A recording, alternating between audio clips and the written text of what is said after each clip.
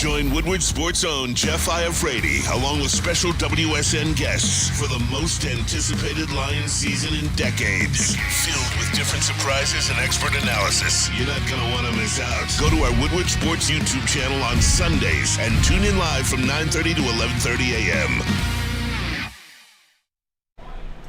Good morning, everybody. It's the Morning Woodward Show here on the Woodward Sports Network. We got a packed show planned for you guys today, and we got a packed crew in studio.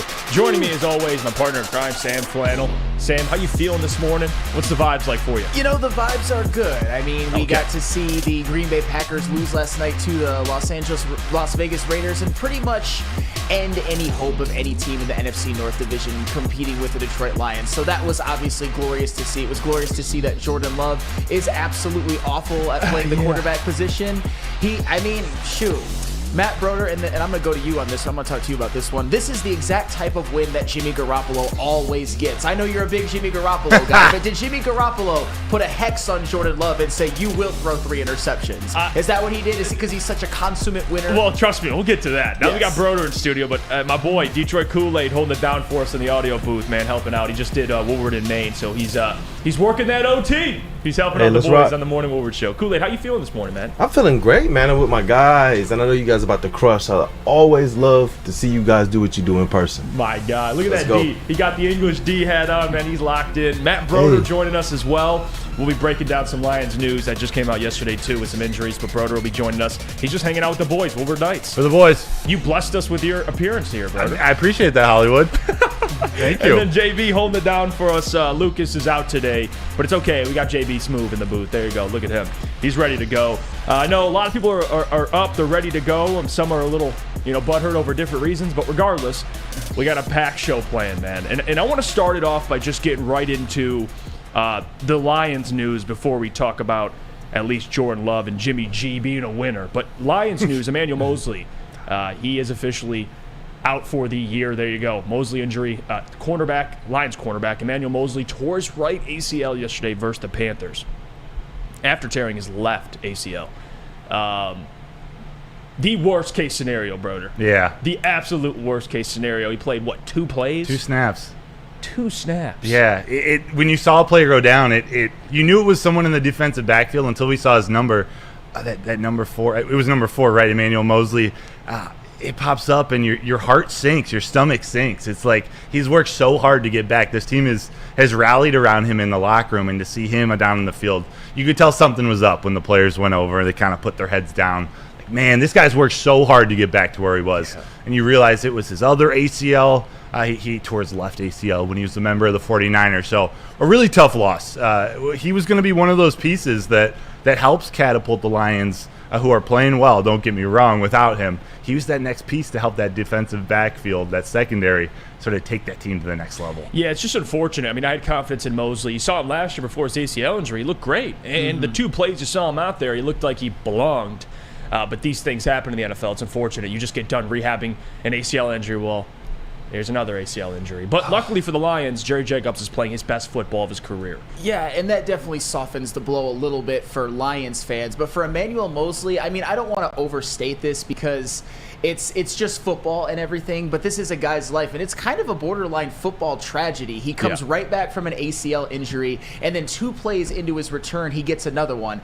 NFL football players are just built different because Emmanuel Moseley, he'll probably want to come back from this one and try to play again. I'm not saying that 2 ACL injuries are like career-ending or anything like that, but just the psychological toll, just like rehabbing and coming back to a team that's 3-1 and looking to win a division and maybe even go far in the playoffs, and then realize 2 plays into it on a non-contact injury that you're not going to be a part of it at all. It's just, I feel so bad for Emmanuel Moseley, and I don't understand how NFL football players, they're just built differently. Gotta love them. Yeah, they are. I feel bad for Emmanuel Moseley. You know where I don't feel bad for? The rest of the NFC North, because they stink.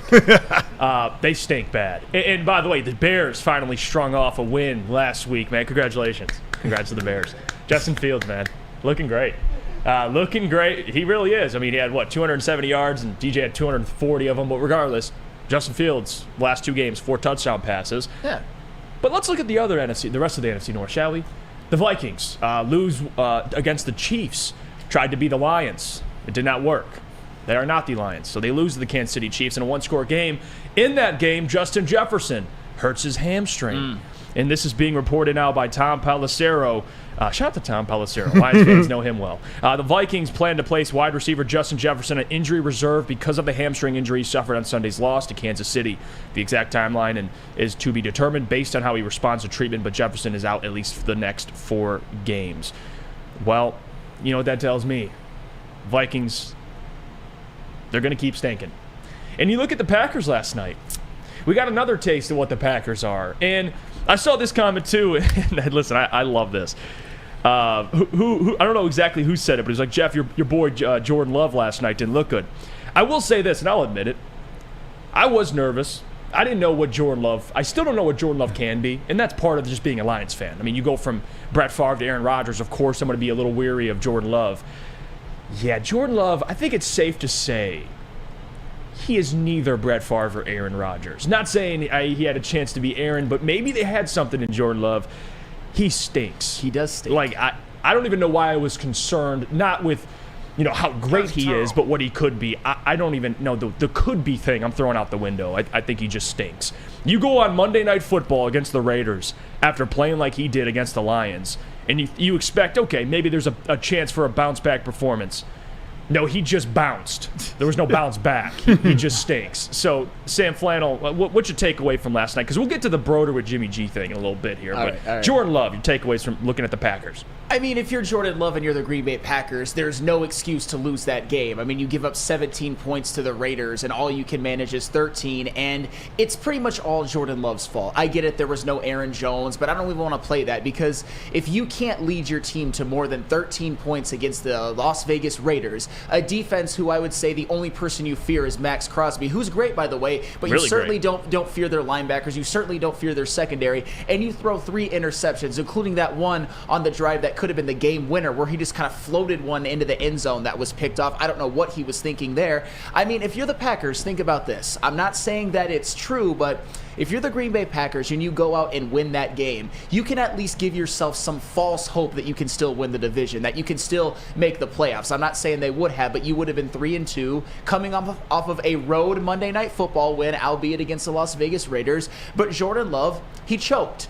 Ever since the beginning of the year when he had that Fugazi 7-to-1 touchdown to interception ratio, which I even fell for, I will admit it, I fell for a little bit, Jordan Love has been as bad as any quarterback who plays NFL football. He's awful. He's a bottom 5 quarterback in the NFL. Yeah, he's bad. And by the way, the Fugazi line, that's fair. Yes. I was sold the 7-to-1 touchdown interception ratio in Broder. Jimmy G, on the other hand, finally didn't throw for more than 1 pick. He just had 1 pick in Jimmy G this year. What does he have? 6 touchdown passes, and I believe he has 7 picks. Quite the winner. Big dub. Big dub for Garoppolo. Moves his career record to, 43-19? Oh, dear Lord. When he's on the field, he gives his team a chance to win. He's not the best quarterback in the NFL. He's not the most talented, but there is – I'm one of those guys. You guys know. I like those intangibles as a quarterback. You do. He finds a way – yeah, Flannel's freaking out right now. I am freaking out right now. He finds a way to lead his team to victory. That's the one position in sports that it means the most. The quarterback of a football team. Wins are a thing. I have a bone to pick with Josh McDaniels. I mean, that's the problem. They won a football game, so that's all that matters. You won. But at the same time, how the hell does Devontae Adams get 4 targets? Like, he's playing the Packers, and that man was wide open on about 70% of his snaps. Doesn't make any sense. He's so good as an offensive coordinator and so bad as a head coach. So bad. It doesn't make any sense. That team should be better. They shouldn't be great. They don't have the best roster, but they should be better. They have weapons. How do you not get arguably the best receiver in football 4 targets? Yeah, that's ridiculous. And he got most of those in the second half. Like, he only had 1 catch up until the first half. But I want to go to Kool-Aid and JB on this, too, just from Jordan Love. From watching Jordan this season, Kool-Aid, I'll start with you. What do you think? You think they got something, or he just stinks? I think he just stinks. FTP, I think he just stinks. Those are my bars for this morning, man. It's not much more to say about him because we all see it on the tape, man. We all see it on the tape. Yeah. No, the tape don't lie, JB. Tape don't lie. Jordan Love stinks. Jordan Love is terrible. I'm sorry. I was at the bar last night watching this guy, and I'm like, what? This is a quarterback. This is an NFL quarterback. My man is terrible. Did anyone see the interception that he just literally threw to one of the Raiders players? Like, Come on. Like, how do you not see this guy? What the hell is going on with this dude? Yeah, that's a Charles Barkley terrible. That's what Terrible. he is. Yeah, He is terrible. he is terrible. You know what, though? It's good for the Lions. They just, yeah, there you go. They keep distancing themselves away from everybody else in the NFC North. The only team that was, relatively, at least in distance, was the Packers. And I think they're trending downwards, especially now with some of the injuries they're dealing with. And Jordan Love just can't stop throwing interceptions. Good news for the Detroit Lions. Let's go to break when we get back. I want to talk to the people, the Lions fans specifically, and kind of tell you and kind of compare the Lions situation with Dan Campbell, Ben Johnson, Aaron Glenn. I believe those guys are going to be head coaches. And I want to kind of prep Lions fans for that day. And this should be an expectation. But trust me, it's a good thing. Let's go to break. But first, I got to tell you about our friends over at Hamlin Pub. Because, guys, have you ever wanted to be at a bar where you're known as a regular? Well, we have just a place for you. Head to one of Hamlin Pub's 7 locations and experience where everyone is a regular. Whether you're enjoying half-off pizza on Thursday or game day specials available all through Michigan sports and NFL games, Hamlin Pub is the place. Visit a location today and experience your new favorite pub for all things sports.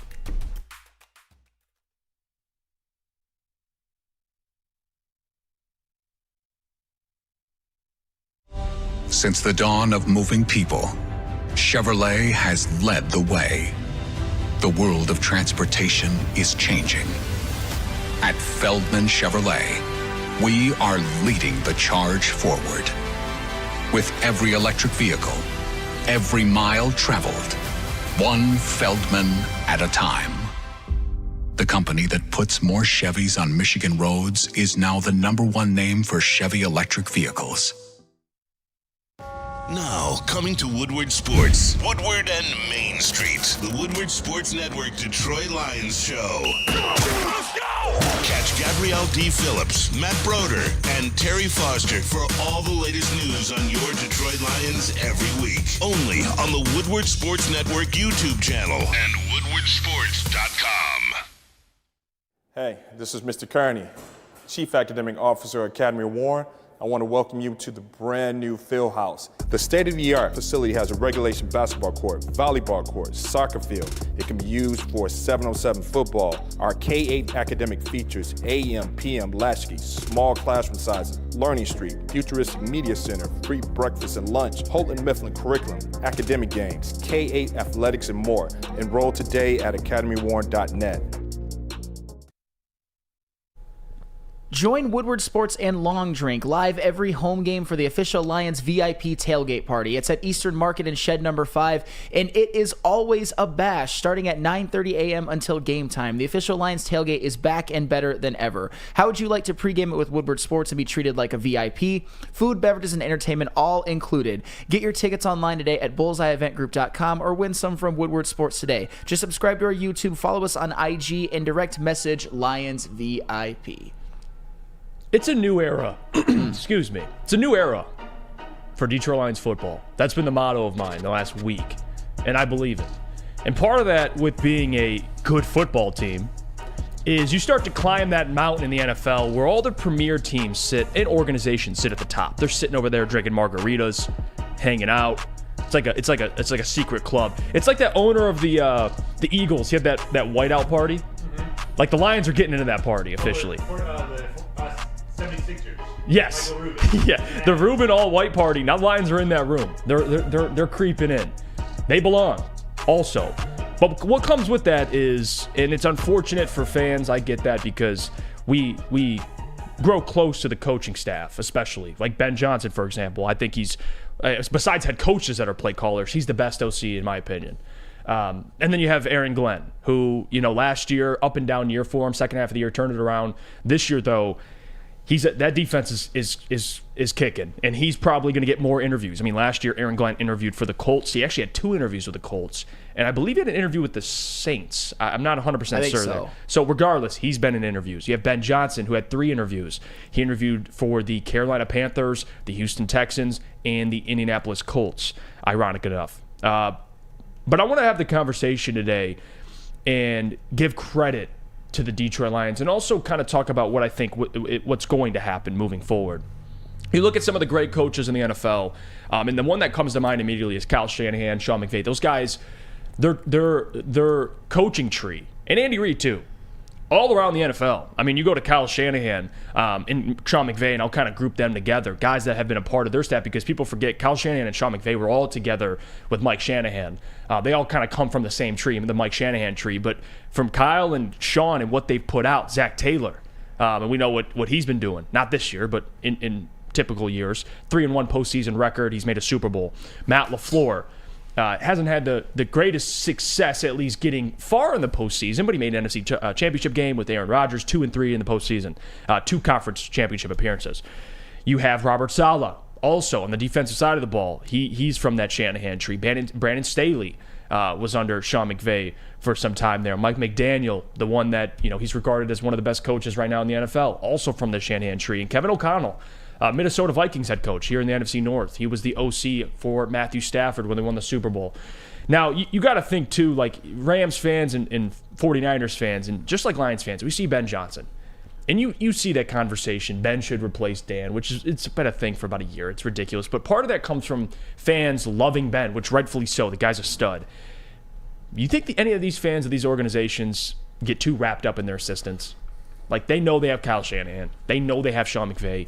You have the head coach that the coordinators are trying to mimic. You have the guy. Now, the Lions fans should be looking at it the same way here in Detroit. You have Ben Johnson, but you also have Dan Campbell, who is an offensive mind. I think Sean Payton referred to him as he could be the offensive version of Mike Vrabel. This is going to happen if you're a good football team. If you're winning a lot of games and you have a good offense, you have a good defense, you're going to lose coaching members of your coaching staff, which is new in Lions history, by the way. Typically, and you can ask Terry Foster this, he was on Woodward in Maine, this is where coaches go to die, go to perish. And it seems like it's going to be the opposite. Ben Johnson and Aaron Glenn, I expect to at least get interviews at the very minimum. Now, if those guys get jobs or not, I think they're deserving of them. The question is, what comes next? Well, here's the interesting part, Sam Flannel, is about 2 years ago, when Ben was the passing game and tight ends coach, when he got promoted, the question after he had success was, well, who comes after Ben? The one giveaway for me, and I want to get broader opinion on this because he's in the building, as soon as Tanner Eckstrand was given the same role as Ben Johnson was before he was OC, I knew he's coming up because he was given the tight ends coach and the passing game coordinator. And for people who don't remember, that's what Ben got before he became OC. Tanner was promoted behind the scenes, passing game coordinator, tight ends coach. The Lions are going to start being like these other organizations where you lose an OC, someone's right behind them. You lose a DC, someone's right behind them. I don't know who the DC could be. Maybe Calvin Shepard could be challenging for that spot. But Broder, your opinion on the Lions moving forward? They're going to lose assistants. It's a good thing. But maybe who could replace Ben and Aaron Glenn down the line too? Yeah, I truly believe it is a good thing. It's part of this new culture that they're building in Allen Park, that this Lions organization from top to bottom is building. They're almost becoming a pipeline of coaches. And I don't know if Dan Campbell's purposely doing it, but he's building a pretty impressive tree, or at least I believe in the future he'll have a pretty impressive coaching tree. When you think of how he's promoting these young guys through the ranks, Tanner Engstrand, he really is that guy who many believe is next man up, and I do believe that too. Taking the same path as Ben Johnson, going from tight ends coach to passing game coordinator. At practice, all offseason, we see him. He's standing right next to Ben Johnson the entire practice. He's learning and soaking up all that knowledge he can. And it seems like Ben Johnson is also reciprocating. He's grooming him to be that next coach in line, and that's something that the Lions are promoting. That's how they're getting some of these young coaching stars to join the team. It's because Dan Campbell knows this isn't going to be their last job. The end game for a lot of these is a head coach or it's a coordinator coach, and that might have to come with a different team. But right. But Dan Campbell, Brad Holmes, they're comfortable building this culture that way, allowing those coaches to come in. We can see how much they have an impact on the players. Let them come in and go chase their next job. That's only bringing out the best in themselves and the best in the other coaches, wanting to go be the best version of themselves. And so far, it's working. It's tough. It's tough as fans. They're going to have to realize we're going to have to lose guys like Ben Johnson and Aaron Glenn, but you turn it around, that's a good thing. That means they're doing well. Yeah. If they're wanted, that means the Lions are doing something right. Yeah, that's the price you pay to get to the top. And Sam, I want to get your opinion on this, because for people that are concerned, I see this a lot too. What if Ben leaves? And trust me, like Ben's creativity, the play calling, I get all of that. But people seem to forget too, if Dan Campbell's that guy, if he is the guy that behind the scenes with Ben Johnson is orchestrating and kind of helping put together this offense. Of course, Ben does what Dan wants. Dan lays out a game plan. This is what I want my offense to look like, and Ben kind of builds it around his expectations.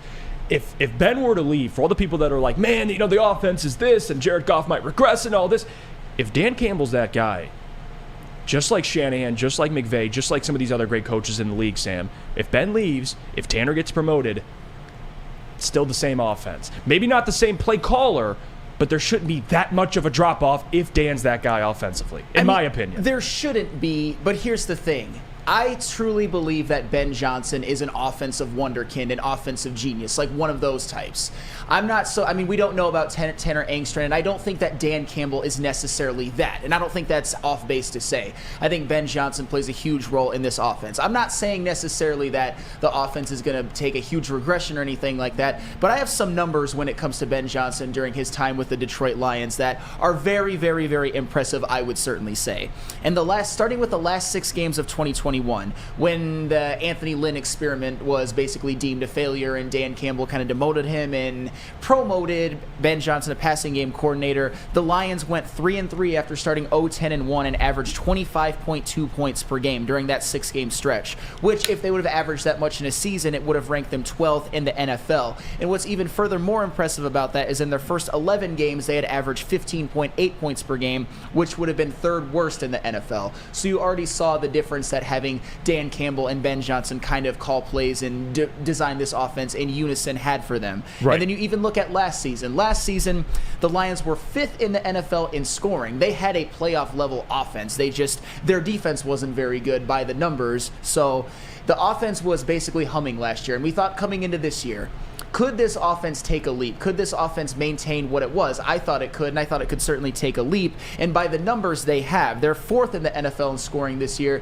averaging 29.6 points per game. And they've done this despite David Montgomery missing a game, Amon-Ra St. Brown missing a game, Jahmyr Gibbs missing a game, Taylor Decker has missed a couple, and Vaitai has been out for the majority of the season. And I will say this, talking about Ben Johnson, I've already accepted the fact that he's going to leave. Because if you are an NFL GM, if you don't consider Ben Johnson going into next year, you are committing malpractice. Because Ben Johnson, quite frankly, is the best offensive coordinator in the NFL when we're talking about just offensive coordinators.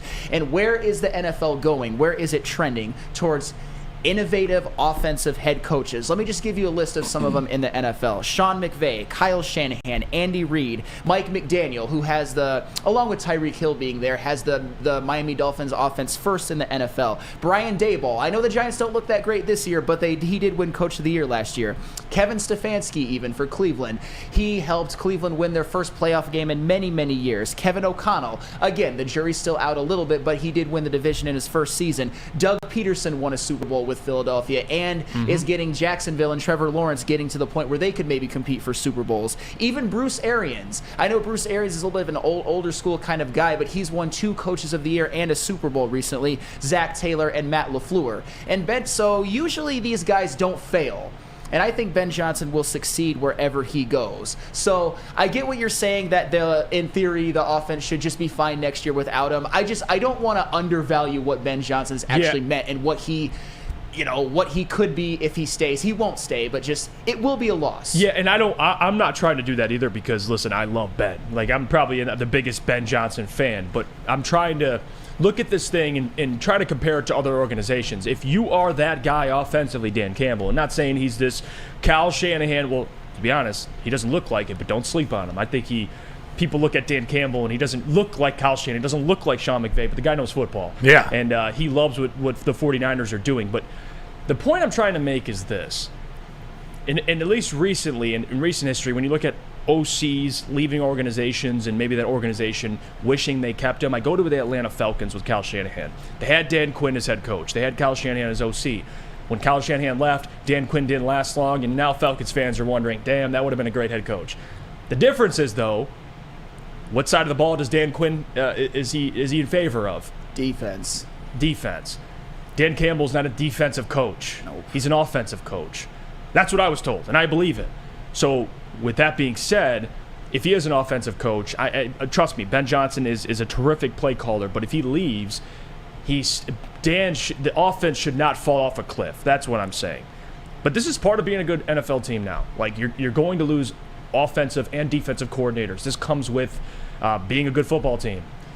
Also, what comes with being a good football team is finding replacements for those guys that can kind of keep up the production. And I think the Lions are going to do that with Tanner Inkstrand and maybe Calvin Shepard. So it's a good era. It's a new era. Like I said last week, it's a new era in Detroit Lions football, and I do believe that because no more Jim Bob Cooter. All right, this is very different. And Jim Bob is, he's doing his thing around the NFL, but you're going to be milking out some damn good head coaching candidates, I believe. Let's go to break. When we get back, we'll get into our just kind of breakdown with Matt Broder. I'm going to ask him about the game and get some more details on that, maybe his reaction to some things. But first, we got to hear about our friends from Premier Pet. Of course, when it comes to your pet, don't settle. And if you want a ringing endorsement, I myself shop at Premier Pet and get all of the best supplies, food, and toys for my golden retriever Jake and my cat Milo. Give your pet the best like I give my pet the best. Pets. Premier Pet Supply is hands down Michigan's best pet store. Family owned and operated for over 30 years. 13 Metro Detroit locations. Over 60 brands of food. Lowest prices and curbside home delivery. Premier Pet Supply. Give your pet the best, and you can visit their website at premierpetsupply.com. And why don't you tell us about Glorious, Jeff? I got you. Let me tell you about Glorious because, guys, after a victory, expected they do that next week. We'll talk about it later. Don't want to give away anything, but if they win, or if they don't win, smoke away your feelings with Glorious Cannabis, the new Honolulu Blue strain. Listen, you go over to Dispo Dispensary, and for 25% off, use the code Woodward Glorious and get yourself one of these babies to my right. You see it. It smells delicious, I was told. And maybe you feel good. I don't know. Maybe you're getting high as shit. I don't know. I don't know what your tolerance is, but check out Honolulu Blue over at Glorious Cannabis. We'll see you guys right after the break. Calling all landscapers. This is Darren McCarty. I'm at Outdoor Equipment Co. How would you like to landscape like a legend? How about a bad boy zero turn? And even a chainsaw.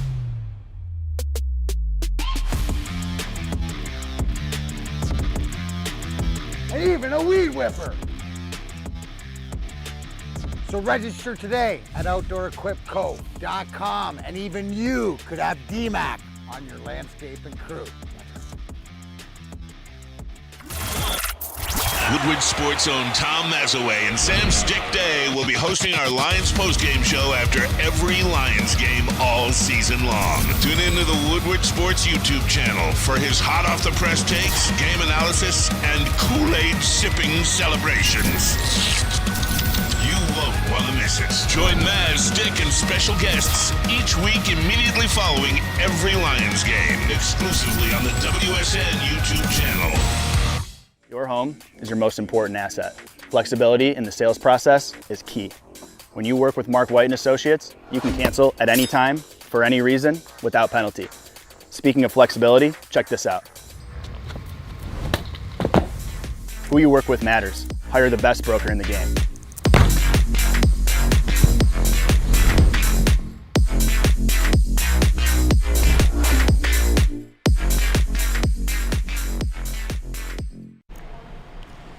How would you like to win a $100,000 Vegas getaway? Take your friends and live it up in the city that never sleeps. It's the Cintron Energy. Drink it and live it. Purchase a 24-pack today and enter to win. Register at drinkcintron.com/Vegas and buy Cintron at your local Meijer store. Cintron, the healthier energy drink with great taste. Look good, feel great, and be the best version of yourself with Cintron. Visit their website at drinkcintron.com/Vegas.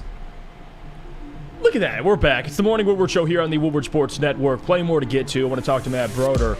But Flannel, talk to me. What's on your mind? All right, so Chuck Brewer, you're always busting my chops every single time. When we're talking, and we were talking about offensive coaches who went on to be successful in the NFL. And Chuck Brewer, of course, brings up, Sam, explain Josh McDaniels. Okay, Josh McDaniels has been an absolute disaster. I didn't give you one example. I didn't give you 3. I didn't give you 5. I didn't give you 7. I gave you 11 examples of offensive head coaches who have had rousing success in the NFL, ranging from Super Bowl wins touchdowns to conference championship game appearances, Super Bowl appearances, coach of the years, division winners, and you bring up Josh McDaniels. You can't bat 1,000, but I would say my 11 examples in favor outdoes your 1 in the negative. I mean, tomato, actually. Chuck Brewer. Stop it. Chuck says there are others that flamed out. Name them. And the whole the ideology of how where the league's going in the NFL for head coaches. To me, there's 2 types of coaches that are becoming the most popular. To Sam's point, one, young, innovative, offensive coordinator, usually in their 30s for whatever reason. It's just how it works. And then the other one is like a D'Amico Ryans, a Dan Campbell, kind of like that figurehead, that leader. And then you have elite OC and DCs. That's kind of how it works. And Dan is a big part of that, has his hands on that. So I think the Lions, their way will work. I know people want the Lions, at least when they're losing, to go get a young OC, go get Ben Johnson. Dan Campbell's fine. I think they'll be all right after Ben leaves. And that's not any discredit to Ben. I want to make that clear. But if Dan's that guy, you should be okay. Matt Broder joining us, Lions beat reporter for Woodward Sports. Broder, I didn't get to chop it up, and of course you guys had some breakdowns this week on Woodward nights, 8 p.m. to 10 p.m., by the way. Check that out. Check it out. It's better than whatever the hell I saw last night. So that Monday Night Football game. Jesus. Woo! This Thursday, you got Chiefs and Broncos. Man, go watch Woodward nights. Do it, please. I'll have them on split screen because I got to watch the Chiefs. I like Patrick Mahomes. I know that doesn't help my narrative as actually a Chiefs fan. I'm not a Chiefs fan, but Patrick Mahomes, is he not must-see TV? If you guys deny that, then you're just a hater. He's the best quarterback in the game and has been the face of the league for 5 years. So he could put on a show against the Broncos. That defense, they're fire sailing right now. You know what, Sam? Have Mahomes beat the Broncos, and then Surtain can come to the Lions in the following. There we go. There you go. There's a common ground here. Okay. Matt Broder, your reaction over the weekend, Lions dominant win over the Panthers. We'll start offensively. I think one of my biggest takeaways from the game itself is Jared freaking Goff. Yeah. Jairus Thomas Goff. I called him, that Ryan Reynolds, or Ryan Gosling, rather, looking mofo. He balled out, and he's been balling out. Your reaction, because I know you're a big Goff guy, just the offense in general, no Jahmyr Gibbs, no Amon-Ra St. Brown, no problem. Yeah, that's the thing. They're missing these 2 weapons that they have. Your number 1 weapon by far in Amon-Ra St. Brown, and then this sort of unproven weapon in Jahmyr Gibbs. And it didn't seem like that offense missed a beat. And one thing that they talked about on the morning show before the game is I was looking for the Lions to win the first half, and they came out firing. What was it, 28-7 28-7 going into halftime? They looked great, and it was Ben Johnson was spreading the ball around to, I think it was 6 or 7 different receivers in the first half. Jared Goff looked great. He was mixing it up. Having that balanced run game with David Montgomery it's a thing of beauty. It's something we haven't experienced in Detroit in a very long time, if ever. But what stands out to me, and it's hard to sort of pinpoint, but the game, it was dominant, but there was also some finesse to it. It was physical, but it was creative. It was intuitive, and they found so many different ways to sort of attack the Carolina Panthers, who were an inferior team, but they didn't treat them like that. They treated them like they were a 4-0 team. They came in and they made a statement early. It was really great to see them come out of the gates firing. Now, you said tough, creative team. Dan Campbell, he said he's watching those 49ers. That's the mold for them as well. So I love it. Sam, you got some? Yeah, Broder, one thing that I really liked about this game in particular is the one thing that the Lions had kind of struggled with through the season. It hadn't hurt them too much, but it hurt them, especially in the Seattle game, is they had a negative turnover differential. I mean, the Detroit Lions actually, their rushing defense by the numbers got worse after this Carolina game. They actually gave up 3 touchdown passes to Bryce Young. I get it, it's kind of in garbage time, but still, those are some things, if you said that would have happened before the game, you would have thought, maybe this is a trapped game, especially given the fact that the Lions were missing Amon-Ra and Brian Branch and Jahmyr Gibbs. But the fact that the Lions were able to be so opportunistic, a pick by Aiden Hutchinson set up a 20-yard touchdown drive, a pick by Jerry Jacobs, Jerry Jacobs set up a short field, and that fumble forced by Lee McNeil recovered by Will Harris set up another short field. So how important is it for the Lions to keep playing opportunistic? I think it's huge. Especially when you see the offense take advantage of these penalties. You want points off turnovers, whether it's 3 points, 7 points. Ben Johnson coming right out and calling that reverse flea flicker right after the Jerry Jacobs interception, that touchdown. pass to Sam Laporta is huge. And I think that fires up the team, that excites them going into future weeks. So winning the turnover battle, I think it's going to be one of the keys to victory in every game that they play, especially against some of these inferior teams where they definitely can't turn the ball over. We've seen Jared Goff give up a couple interceptions, throw one interception the last 3 games. One won't kill you. One won't hurt you. It's not having more than that. It's limiting those turnovers on the offensive end, then going out and making plays on defense, stealing that ball away from the opposition. Yeah, no, turnovers have been key. Jared Jacobs has been a big part of that. I want to ask you, two-parter here. One, updates on some of the injuries. Brian Branch, Amon-Ra St. Brown, my guy Josh Pascal. Any update on how those guys are trending? Vaitai, another one. Yeah, most of them we'll learn a little bit more tomorrow and Thursday, but the one that stood out to me yesterday, talking to Dan Campbell, was the Josh Pascal injury. Josh Pascal might be coming back sooner than expected. He and Khalil Dorsey. Khalil Dorsey had a really great game against Kansas City on special teams. He's another cornerback to add depth to the roster, but he's really valuable in special teams. So he's coming back close, they say. But Josh Pascal, he's one that it might not be this week, but it's not going to be a 7 to 8 week injury. We might see him in the next 2-3 weeks. And I think he can be a huge difference maker on defense. He was playing well at the beginning of the season. He's that guy. And I actually believe it was you, Josh. You love Josh Pascal. He could have a breakout season. It was tough to see him go down, but adding a little bit more firepower next to Aiden Hutchinson on that defensive line, I think will only bode well for the Lions. Brian Branch, is he trending in the right direction? Yeah. I have a feeling, and I don't know this for sure, I haven't talked to anybody, I have a feeling he would have played in this game on Sunday if it was a more important game. Okay. If it was later in the season. I think they were taking a calculated risk, just keeping him out, letting him get healthy for later in the season. But he's got an ankle injury that it seems all signs are pointing to him trending in the right direction, maybe this weekend. And me and Sam on Tuesdays, we do top 10 Tuesdays, and we'll rank where we'll put, everyone will see where we have the Lions later in the show at 9 o'clock. But to you, not saying to rank the Lions, but at least in the NFC, at least for me, the 49ers are the only team that I put on a pedestal. The 49ers are the team to beat. The Eagles were last year, but I just don't think this Eagles team is the same from last year. I think they lost a lot of important pieces. They have a younger defense. The secondary is a little shaky. Yeah. The offense has taken some time for Jalen Hurts. I think Brian Johnson is his name, new OC for the Eagles. It's taken some time, and they're still winning games despite their struggles. But is it fair for me to say that the 49ers are the only team that I get weary of, or I hesitate to say, yeah, we could take on the 49ers? Yeah, I don't think that's outrageous at all. Okay. No. I put the... Where would you rank them in the NFC?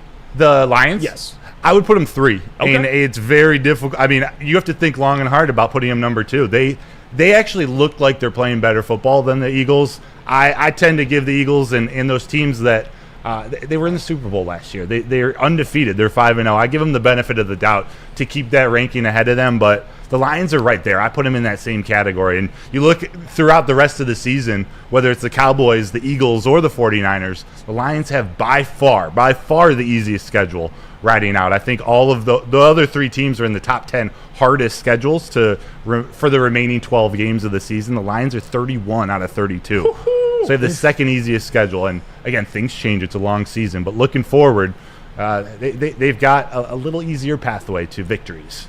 Yes, and you know where their schedule looks the most favorable? It's a two-parter, in the division and at home. Yes. I mean, just on paper, it looks like a lot of barbecue chicken for the Detroit Lions. And to be honest, this isn't going to be so much a question as I want us to all kind of respond to this comment that was made by I'm Salty. It's directed at me. And I get it, maybe I'm feeling a little feisty today, but this one kind of rubbed me the wrong way. I was talking about numbers, and then I'm Salty says, by the numbers, who cares about stats? The only stat that matters is winning. I would say that that's patently false, and here's why. I'm Salty. Do you think that the Lions having a 3-0 turnover differential helped them win that game?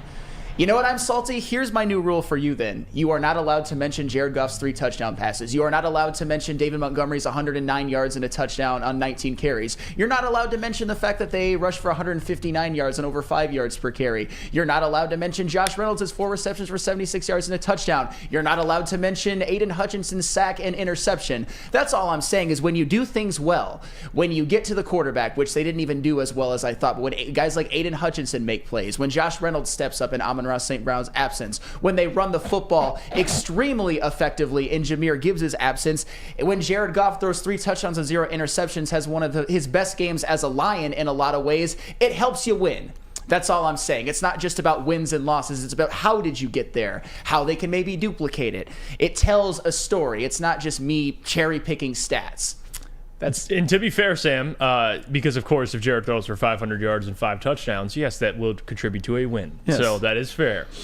Speaking of how they got here, I know how Matt Broder got here because the guy's a stud. How? Guy's a stud, dude. And I appreciate you for joining the show, breaking down the Lions game. Again, you can catch Broder, all his articles on Woodward Sports. Of course, he's on Woodward Nights. Him, Booner, Jalen, Nick, the boys, 8 p.m. to 10 p.m. Woodward Nights. And, of course, he'll be down in Allen Park in the flesh with the Lions. So appreciate you, Broder. Thank you, guys. Let's go to break. When we get back, we'll chop it up a little bit here, and we'll see. We'll try maybe get the phone lines cooking. If not, we'll save it for tomorrow. But regardless, I do want to speak to the people over the next couple days. But first, I got to hear from our friends over at Planet Fitness. So let me tell you about them. Planet Fitness is the home of the judgment-free zone where anyone, and I mean anybody, can feel comfortable and work on their fitness goals. Listen, you go to Planet, they got a squeaky clean gym, tons of equipment, full body workout. All you got to do is put $1 down, $1 buckaroo, and $10 a month, no commitment. Now through October 13th, $1 down and $10 a month, no commitment.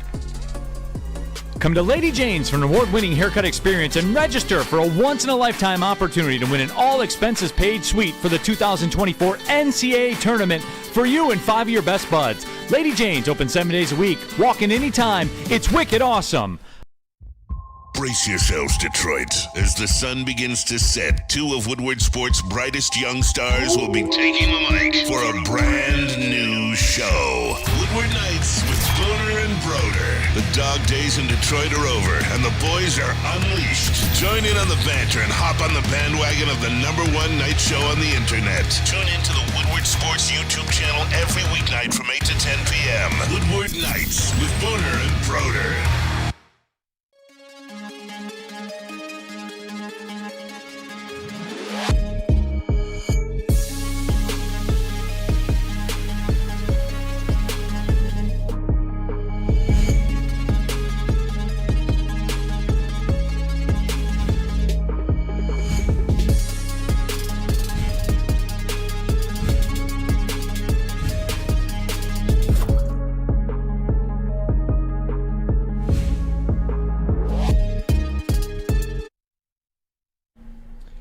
Let me tell you about our friends over at the Academy of Warren, because guys, listen, look at, you see the graphic. If you're watching on YouTube, if you're not, you're missing out. They got the rock climbing wall, they got the learning street, the athletic complex, soccer field. They can do 7-on-7 football, basketball courts.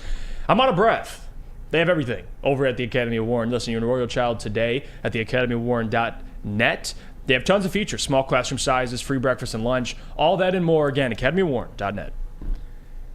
We're back. It's the Morning Woodward Show here on the Woodward Sports Network. If you could do us a big favor here, hit the like button. We're 2 away from 100 likes. It helps the program, helps the network. So appreciate you for that. If you can't watch us live, you can always go back and re-listen. Any podcast platform you get your podcast, leave a 5-star review. 5-star for Sam and his wonderful flannels. Right now, we're going to save the phone lines for tomorrow because I think it's better. We'll do it on Wednesday, and we'll speak to the people. So again, if you guys want to chop it up about the upcoming games, maybe this previous game or games, or any storylines, we're going to be taking phone calls tomorrow. But right now, I do want to talk about Aiden Hutchinson because we could do this every single day. Aiden Hutchinson now has the 4th best odds, and this is per Lions Fan Report, to win Defensive Player of the Year. Look at his stats really quickly. Speaking of stats, Sam Flannel. 35 total pressures, first in the NFL. 26 hurries, first in the NFL. 4.5 sacks. Interception, by the way, 1 of 3 defensive linemen to have an interception. This guy is on a tear.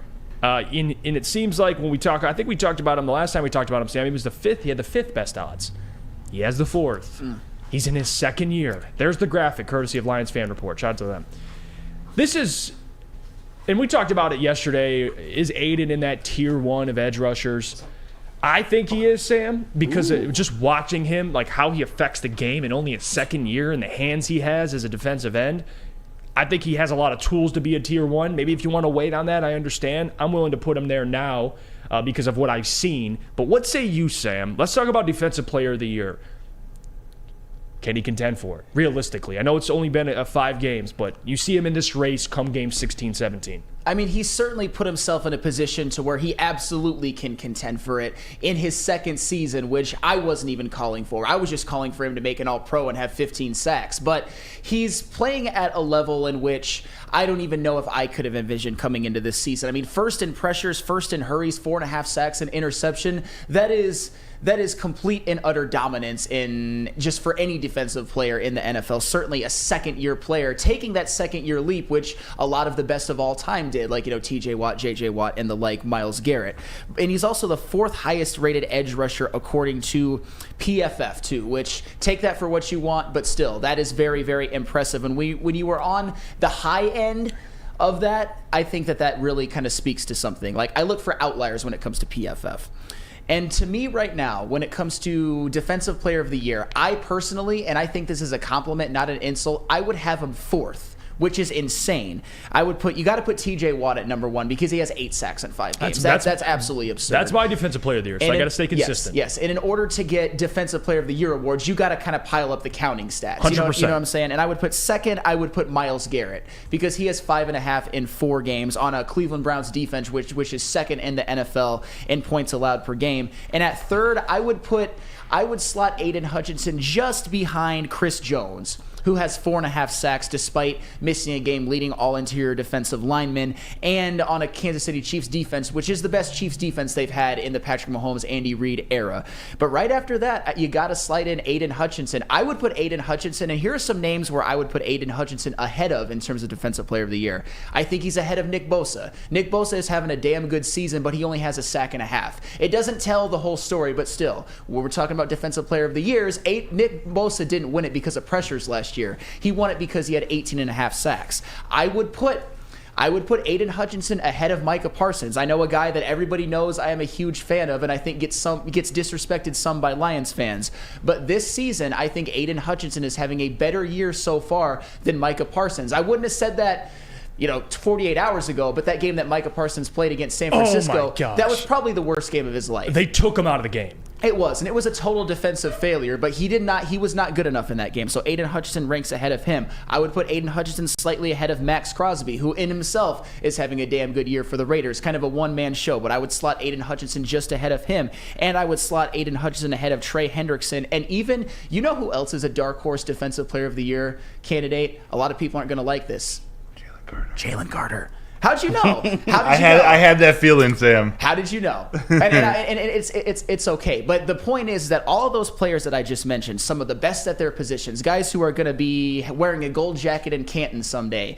Aiden Hutchinson right now is 4th in Defensive Player of the Year race to me and is ahead of those guys. And when you talk about edge rushers, I still don't know if I would put him in that tier 1 just yet. Right now, to me, he is the 5th best edge rusher in the NFL, undisputed. In no particular order, you got to put Micah Parsons, TJ Watt, Myles Garrett, and Nick Bosa. Those are definitely the top 4, but Aiden Hutchinson slots right in after them, and he is having that second-year breakout season that everybody envisioned, but even more.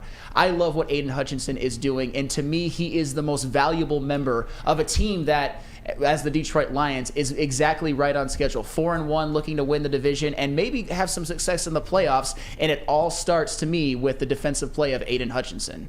And just for reading some of these comments, too, because I love going to the people on this. And I saw one earlier I wanted to get to. Coach Rock 37, as long as the Lions are winning, he'll be in the conversation. That's spot on. They keep winning, and Hutchinson keeps putting up numbers like he's been doing, and he's in double-digit sacks. Like you and Booner kind of predicted, 15 sacks for the man. If he gets that and he has a pick, and he's leading the NFL in pressures and in hurries, yeah, he's going to be in the conversation.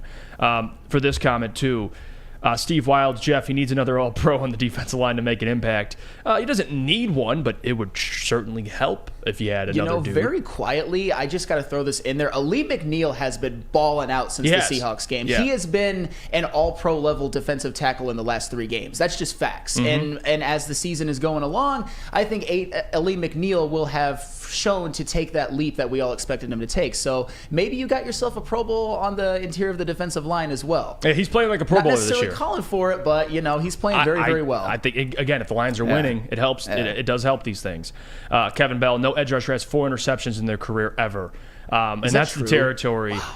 That's kind of the territory that Aiden Hutchinson's in. Justin O says, Jeff said he's only mid. He has proven me wrong, Justin. Aleem McNeil's, he's trending upwards.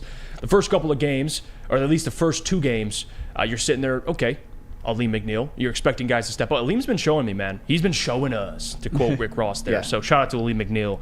He's the highest rated, defensive tackle in the NFL since week 3, according to PFF? Mm-hmm. He's a dog. Shout out to Aleem McNeil. PKB says, Aleem isn't getting pressures, though, is he?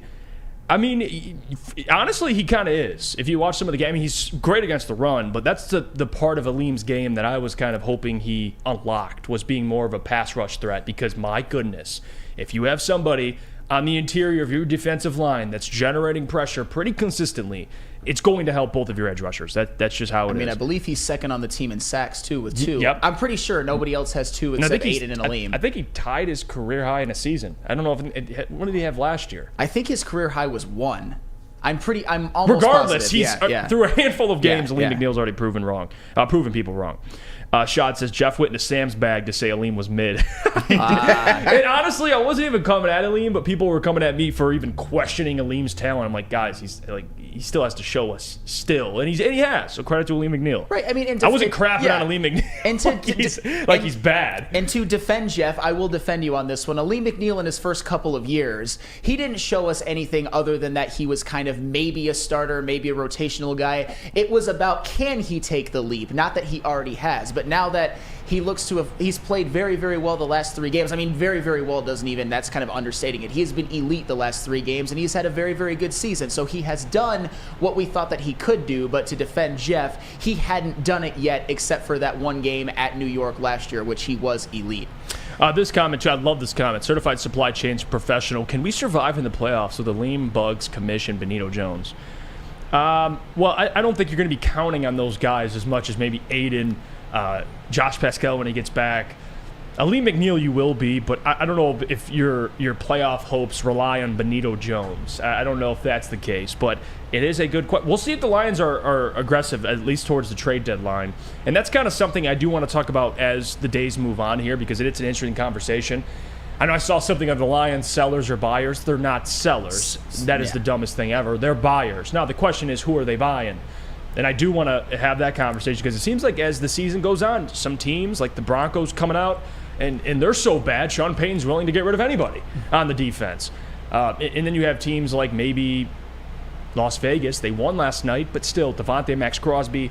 We'll see how these things trend, and Brad Holmes is the guy you want kind of dictating that, because he hasn't made any big-time trades, but he's been pretty damn good making them. So we'll see how that plays out. Let's go to break here. When we get back, we'll get into Top 10 Tuesday. Me and Sam will kind of put our graphics up. Where do we have the Lions ranked? Because that's what matters. We'll get into that in the 9:15, 9:16. JB and the boys, everybody in the room here, will react to our list and tell us why we're wrong, or maybe why they agree with us. And I'll get the chat's involvement on that as well. But first, we got to hear about our friends from Swiss Insurance. Absolutely. Do you have football on the brain? Fall ushers in college and professional football, and this year has already been pretty damn awesome. Fall is also a perfect time to shop your home and auto insurance. Shop it like a pro with Swiss Insurance. They cover Woodward Sports Network, and they should be covering you too. Ask for Mark at Swiss Insurance today at swissins.com or call 248-800-4177. Again, that is 248-800-4177, Swiss Insurance. Let me tell you about our friends over at Feldman. You get Swiss Insurance, you head over, you get a new car at Feldman. Detroit's #1 Chevy dealer, 18 locations over, and there's a Feldman dealership in your backyard. Visit feldmanauto.com and find the location nearest to you. Since 1996, Feldman Automotive has driven to provide a fast, convenient, and first-class car buying experience called the Feldman Advantage. Catch Woodward Sports Live from Feldman, Chevrolet, and Novi every other Monday.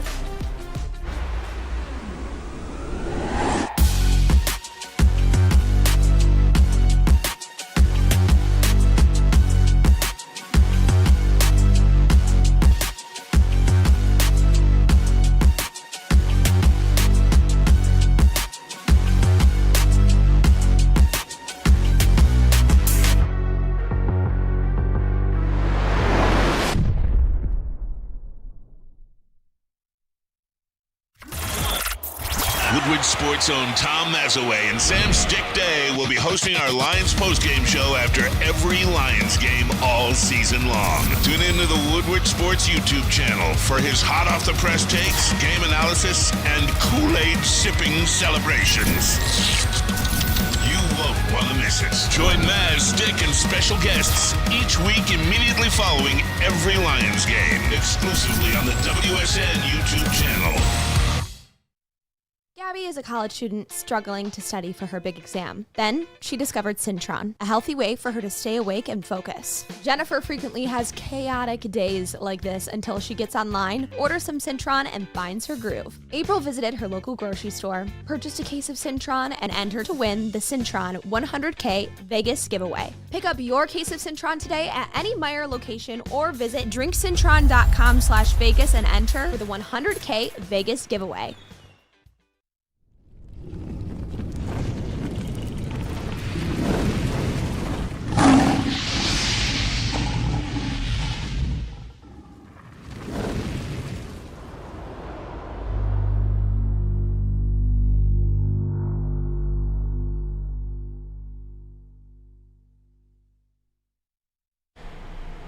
We're back. It's the Morning Woodward Show here on the Woodward Sports Network. You know what time it is. It's Tuesday. Top 10 Tuesday. We do it on the morning show every single Tuesday. Me and Sam, we show the people, we show everybody, the audience, our top 10 list teams in the NFL. I know it's a little weird, and I saw this comment too, because it is true. Galloping Lake 6's power rankings get skewed a little bit at this point since you have 4 teams having a bye week and didn't perform. It's okay. We'll try to factor that in as much as we can. JB, you got both our lists, right? Well, Sam, I'll let you go first here. Right. We'll go through Sam's list. Sam, break it down for us. Let's see it. All right, so at number 10, I have the Dallas Cowboys. And I know a lot of people won't be satisfied unless I put them at 32, but still, they are a top 10 team. But they suffered a beatdown of biblical proportions at San Francisco. How's your guy, Dak Prescott, doing? Dak Prescott was terrible. He had 3 interceptions. And you know what? He might get to 10. But they still have a lot of talent on the offensive and defensive side of the ball with like Micah Parsons, DeMarcus Lawrence, Tony Pollard, and CeeDee Lamb. And they are 3-2. I think they'll bounce back. But it just showed either San Francisco has their number or they can't compete with the big boys yet. I don't know. It could be either one. I think it's a little bit of both. At number 9, I have the Jacksonville Jaguars. The only thing I can say about the Jacksonville Jaguars is London calling. Am I right? Clash fans will get that reference certainly because they went into London at 1-2 and they do the London sweep. They go 2-0. They get right back on track, including a big win over the Buffalo Bills. That is a huge win, by the way. I know they kind of had the advantage of already being in London and all that, but still, they've gotten it back on track. Trevor Lawrence is playing better. Christian Kirk and Calvin Ridley have kind of created a good tandem at wide receiver. Travis Etienne and, I wouldn't say quietly, but Josh Allen, their defense, not Buffalo Bills quarterback, but Jacksonville Jaguars edge rusher, is having the best season of his career. It'd be huge for them if he continues that. At number 8, a surprise, Tampa Bay Buccaneers. And I know the Tampa Bay Buccaneers, they might not look the part. It might not fit with what your expectations were, but they're 3-1. We are going to their house fighting for the 3 seed in the NFC right now. How crazy does that sound? But that also means that you have to give them some credit. Right. Because Mike Evans is having a damn good year. Baker Mayfield is having a little bit of a resurgence, even though I'm not a fan of his. You can't deny that he's been playing all right. And this is a team, too, that has a lot of talent on the defensive side of the football. Levante David, Antoine Winfield Jr., Jamel Dean, Devin White, and Vita Vea. I think going into the season, we were way too preemptive to bury them and say that they were tanking. They just have too much talent, and they played well. At number 7, I have the Seattle Seahawks. Again, another team that did not play last week. They had a bye. They lost their first game, but they have won their last 3, including a victory over the Detroit Lions. And they've got a lot of talented players too, like Bobby Wagner, Jordan Brooks. They are tackling machines on the defensive side of the football. Devon Witherspoon may be in the running for Defensive Rookie of the Year when it's all said and done. And of course, their offense led by Geno Smith, Kenneth Walker, and DK Metcalf can be a problem.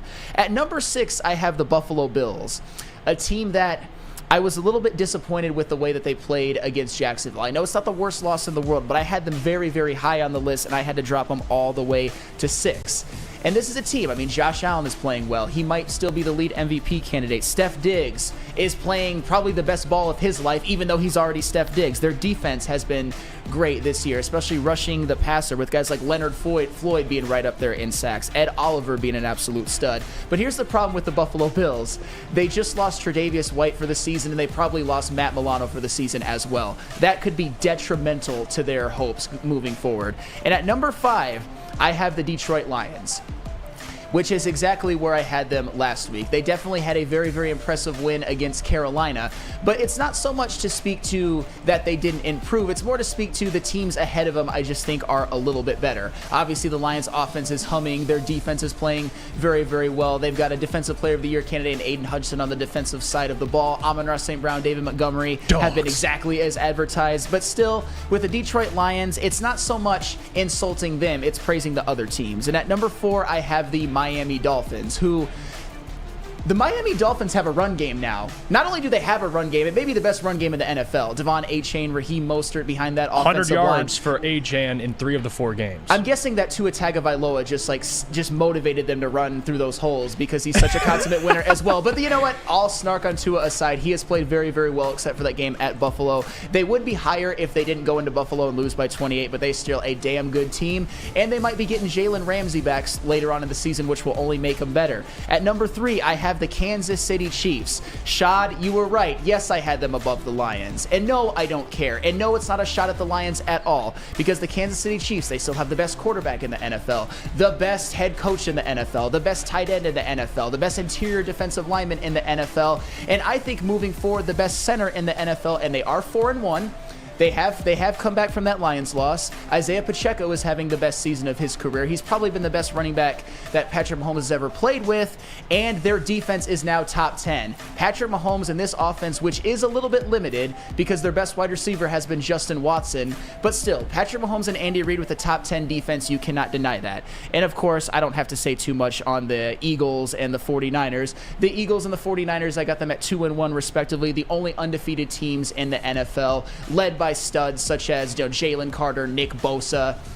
You got Trent Williams, you got Lane Johnson, you got Brock Purdy behind that offensive line in that system. You've got Kyle Shanahan and Nick Sirianni. You've got A.J. Brown, Deebo Samuel, Brandon Ayuk, Fred Warner. I mean, I could go on and on and on. Those are clearly the 2 best teams in the NFL, and I just want to do a little rapid fire with them. And that might be the only thing that prevents the Detroit Lions from going farther in the playoffs, because they're going to have to go through these 2 teams. So, yes, that is my perfect list that everybody is going to agree with 100%. Am I right, chat? Right? And there you go. Yes. And by the way, my list has similar teams, just different order. So we'll see what the people think of my list. JB, throw it up. Let's break it down for the people here. This is my list. We'll start at 10. I have the Tampa Bay Buccaneers at 10. Even though, listen, I want to just clarify 10-9. So Tampa Bay has a better record technically. All right, they have one more, or the Dallas Cowboys have one more loss. Tampa, did not play. But I think Dallas just has more talent. See, how I view this and how I rank teams, and you'll see as we go on, it's a little different. I try to think of it like this. If both these teams play in a neutral field, who comes out on top? I don't think Tampa beats Dallas, and I hate Dallas, and I don't like Dak. So that's just how I feel, though. Tampa at 10, Dallas at 9. 8, I have the Jacksonville Jaguars. Listen, I like their defense a lot. I think the Jacksonville Jaguars defense, they got something there. And more than that, Trevor Lawrence starting to kind of look like Trevor Lawrence and how he should have looked to start the season. Calvin Ridley, I think that connection's kind of coming into play now, so I like the Jacksonville Jaguars. They're a team to me that can be more deadly as the season goes on. A lot of things they had to figure out offensively. I think they're starting to figure those out. 7, Seattle Seahawks. They didn't play, so, it's a weird situation, but I do think they're one of the better teams in the NFC, and you'll see they're behind the Lions. I get that, but I don't just rank teams based off matchups like if they played each other, because again, that to me isn't the end-all be-all. A part of it is, do you have a good football team? And if these 2 teams played on a neutral field, who comes out on top? I still like the Lions' chances. I got Seattle at 7 there. Still a good football team. I just think they're 6 better on paper. Buffalo at 6. They're trending downwards. They lost a tough one to the Jacksonville Jaguars, but they're going to bounce back soon enough. I still like the Bills, but they're 3-2. They haven't looked great, so they're moved down for me. Number 5, Kansas City Chiefs. Travis Kelce hobbled. Chiefs are interesting. I don't know about. I like their defense, but offensively, it's still just the Mahomes and Kelce show. A lot of things need to be figured out there. They don't have somebody they can depend on at wide receiver. There's a lot of concerns with the Chiefs, man, and I'm curious to see how that kind of how that storyline unfolds throughout the season. I have the Lions ahead of the Chiefs. I have them at 4. Listen, the Lions to me, and I think they're better than the Chiefs on paper. I know they're ranked ahead of them, but it's not just because they beat the Chiefs. I just think they're a better football team, more well-rounded than the Chiefs, except quarterback, of course, but everything else, and head coach, but everything else, I think the Lions have a better, they're just better. Regardless, moving up, Miami Dolphins at 3, lost against the Bills, but regardless, they're a really, really, really good football team, and they got Waddle back. Achan's on IR, he had that knee injury, but regardless, I like Miami a lot. Defense, little suspect, but regardless, I think Miami's a really good football team, and I think Mike McDaniel could contend for that Coach of the Year award with Dan Campbell, in my opinion. Number 2, Philadelphia Eagles. Have to put them here. They're undefeated, but at the same time, I do not trust the Eagles. I'm skeptical about how good they actually are. I know they got damn good young players. Jalen Carter's a hell of a player, but that offense, we'll see how it trends as the season moves on, and then that secondary. It's Darius Slay got cooked by Cooper Kupp. So we'll see if Darius Slay can bounce back. But there's a lot of concerns there with Philly, but I have to put them at 2. They're undefeated. They're 5-0. And then, of course, the Tier 1 in the NFL. I mean, it's the 49ers. They're in the Tier 1. They're alone in Tier 1. It's the 49ers and then the rest of the NFL. And they've shown that. I wish there was I could have spaced the 49ers even higher, put them a little higher than the rest of this list, just because it's not close. It's besides the 49ers to the Eagles. It's not. But that's my top 10 list. Similar teams, but different rankings. Could you put them both up side by side? If JB, and you could do that for us, you don't have to throw our cam in there. I just want the people to kind of see it before we vote here, because we're going to go to break, and I want you guys to vote. Which list is closer? Feel free to critique our list. I mean, who cares? We do this because we want the people's reaction to it. The other part of it when we come back from break is I want JB and I want Kool-Aid to give us their thoughts on our list. Who they like, who they don't like. We'll get all to that when we come back from break. But first, I got to tell you about our friends, or actually Sam, you got to, or no, I do, about our friends over at Big Boy. And let me tell you about them, guys, because Big Boy's the place to go. You're celebrating the Lions win. Go to Big Boy. They got burgers. They got chicken sandwiches. They're taking over at Big Boy. Try their cheeseburgers, or you get their pretzel bacon cheeseburger, which is also delicious. You get their chili cheese fries or baked potato fries, and you can get dessert as well, their peanut butter thunder cake or their funnel cake fries. All that and more at Big Boy.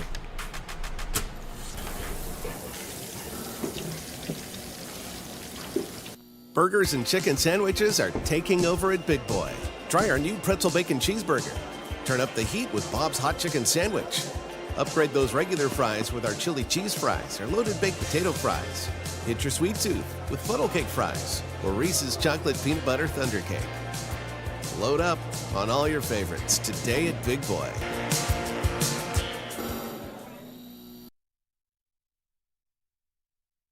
Now, coming to Woodward Sports, Woodward and Main Street, the Woodward Sports Network Detroit Lions Show. Let's go! Catch Gabrielle D. Phillips, Matt Broder, and Terry Foster for all the latest news on your Detroit Lions every week. Only on the Woodward Sports Network YouTube channel and woodwardsports.com.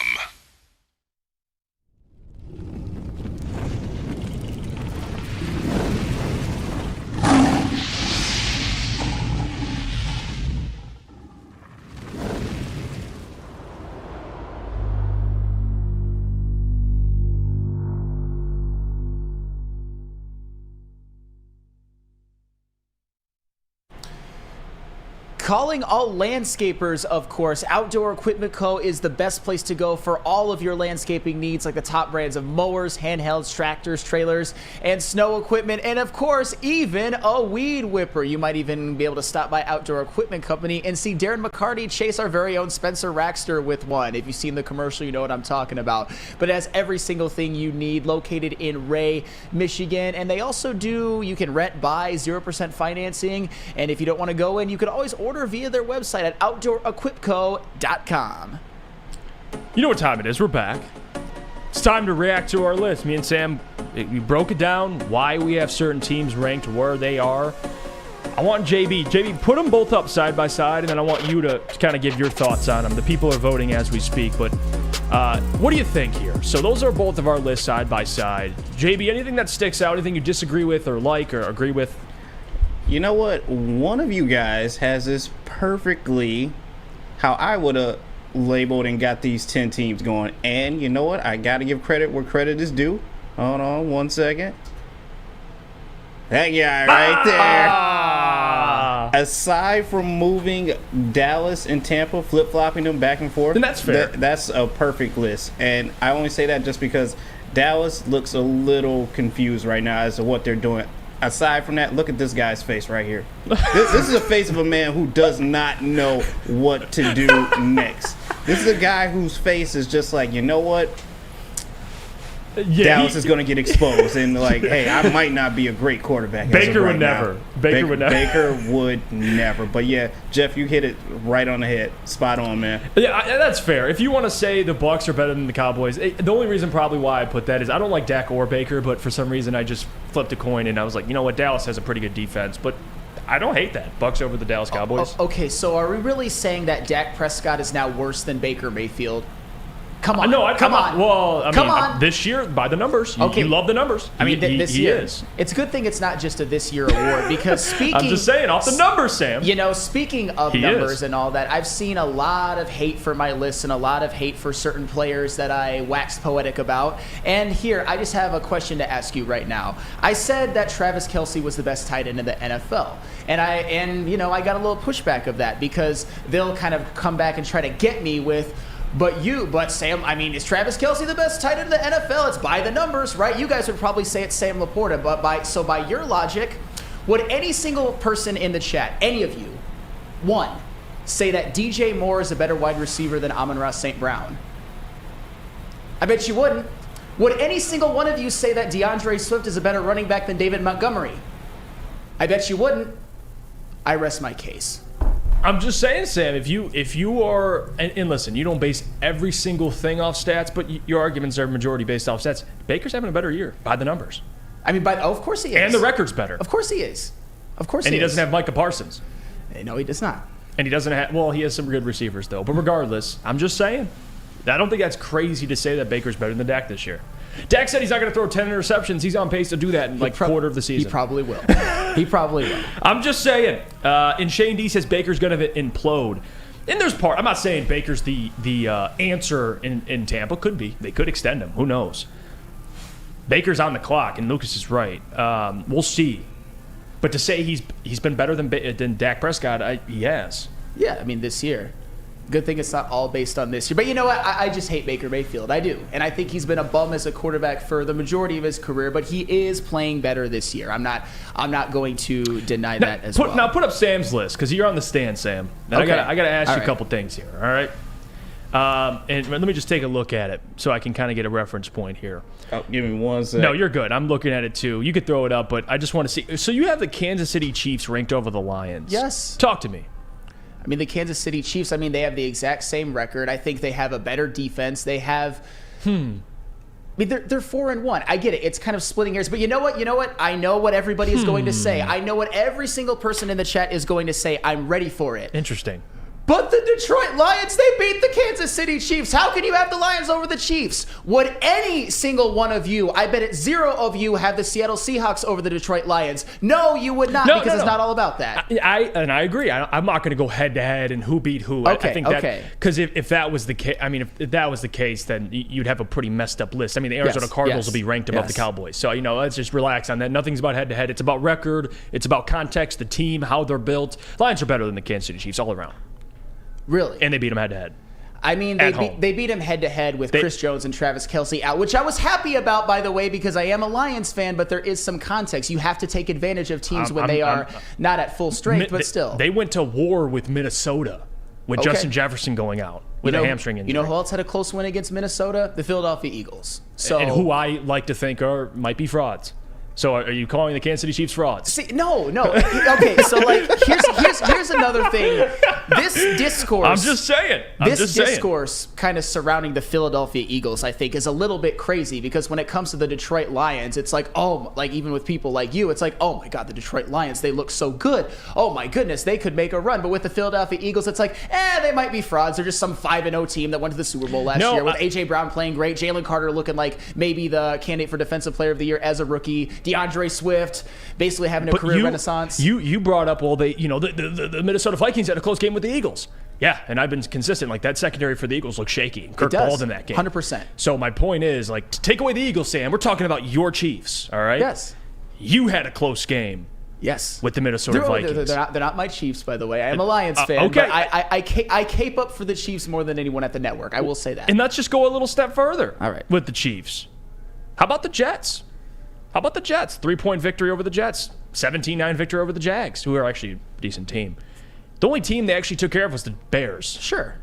Okay, but that's your big statement victory, and you put them as a top 3 team? All right, so that's your big statement? It's, you know what, why it is? It's because the Chiefs' defense is top 10 in the NFL in points allowed per game. I'm not going to deny that. Okay. I mean, even though this Chiefs offense, personnel-wise, doesn't look as good as it has in years past, obviously no Tyreek Hill, although that didn't hurt Patrick Mahomes last year, it's still... Patrick Mahomes and Andy Reid with the Kansas City Chiefs have never had a top 10 defense. They have one this year thus far. And that's saying something. They gave up 9 points to the Jacksonville Jaguars. What about the Lions defense? You want to talk to me about them or what? The Lions defense is 15th in the NFL in points allowed per game. Okay, so you're going off points allowed? What about rushing yards allowed? Points allowed per game? I mean, what's the object of the game? I mean, there's multiple different statistics you can look at for defense, right? I know. Run defense is kind of important, I would say. Run defense is kind of important. I forgot what movie it is, but what is it? Score more points than the other team, and by golly, you're going to win. Points allowed per game is a better stat than rushing yards allowed per game. I'm just saying. And the Lions have scored a lot more points in their recent teams than the Kansas City Chiefs have. Absolutely. They won by a touchdown. They won by 3 the previous week, and the Lions have been stomping everybody in their path. Besides, of course, the Seahawks. Yeah, and the Chiefs, they won by 1. The Lions' offense is. I mean, you're trying to get me to hate on the Lions. I'm really not. I'm not. I just want you to admit the Lions are better. They're not better. They're not better. Yeah, they are. No, they're not. The Lions' offense is better than the Chiefs' offense right now. I will admit that. So they're 1-1. If you want to go defense, then Lions have the better offense. Chiefs have the better defense. So what are we looking at now? Now I think you have to kind of take into account the head-to-head if it's that close. No, I'm also looking at I think they have a coaching advantage. I think they have a quarterback advantage, although some people would probably disagree, but you people are ignorant fools if you think that right now just off of a little bit of a sample size. And they also, and you know what? And a lot of people aren't going to say this, the Kansas City Chiefs have earned the benefit of the doubt. Is there any organization in the NFL that has earned the benefit of the doubt more than the Kansas City Chiefs? They're 4-1. They're taking care of business, and Patrick Mahomes, quiet as kept, has more touchdown passes than Jared Goff. Well, I mean, of course, you want to go with that, but we can measure different statistics. I mean, JB and Kool-Aid, I want you guys getting on this. Chiefs or Lions? Who's better and why? Kool-Aid, we'll start with you. What do you think? Chiefs or Lions?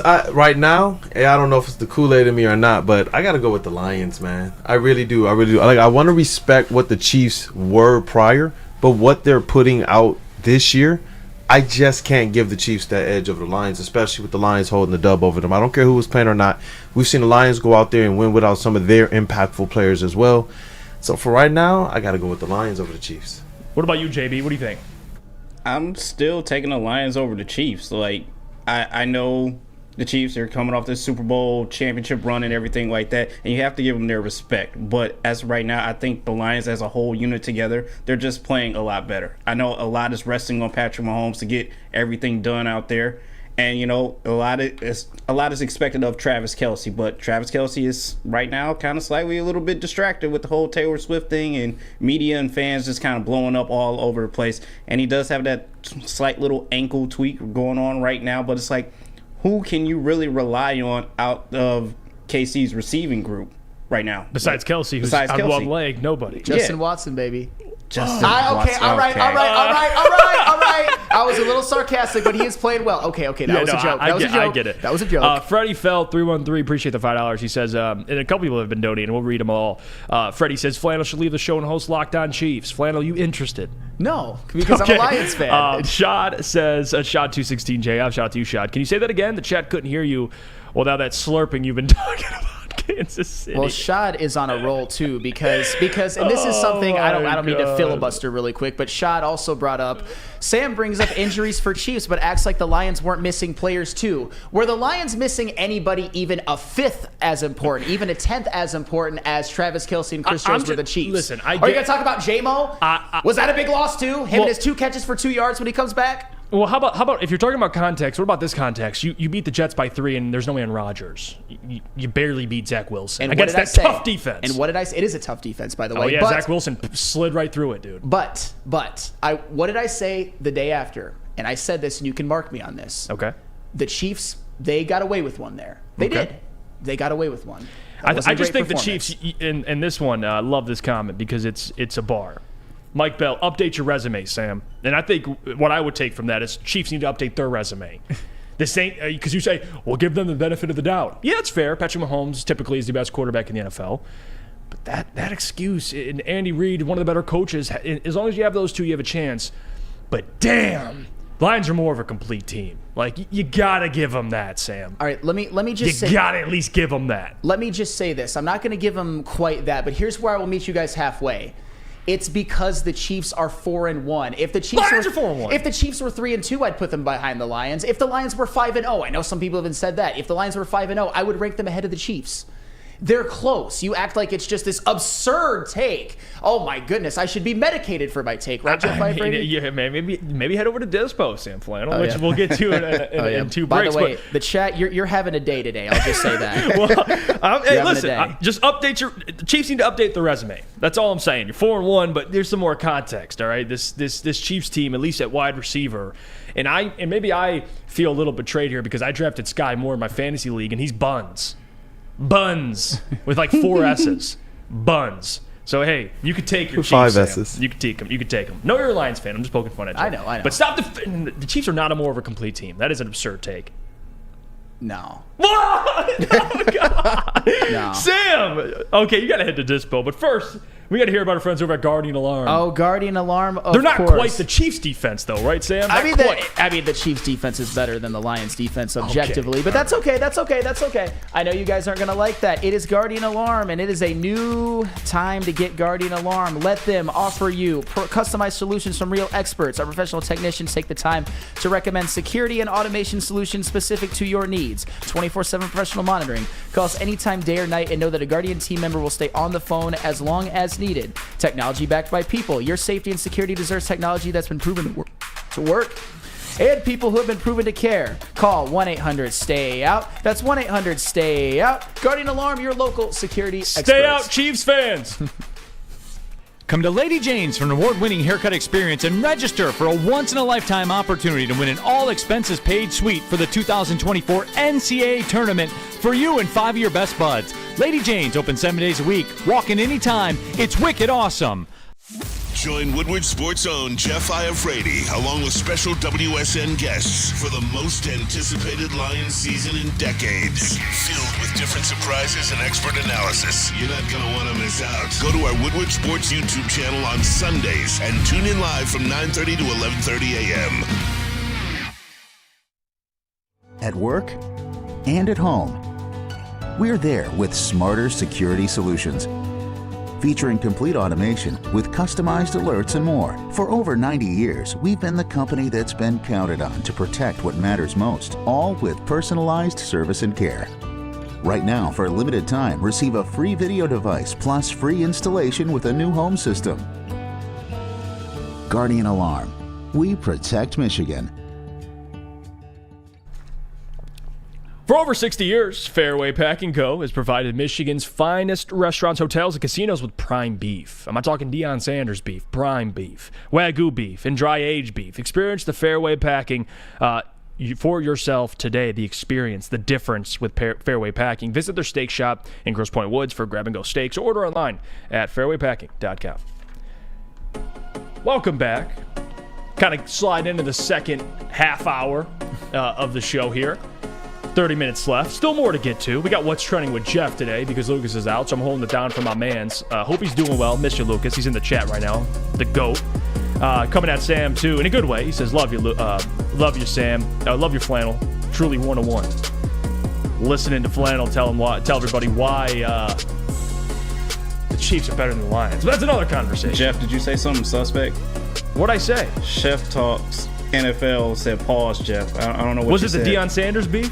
It's probably something about meat and fairway. I don't know. It's just, wow.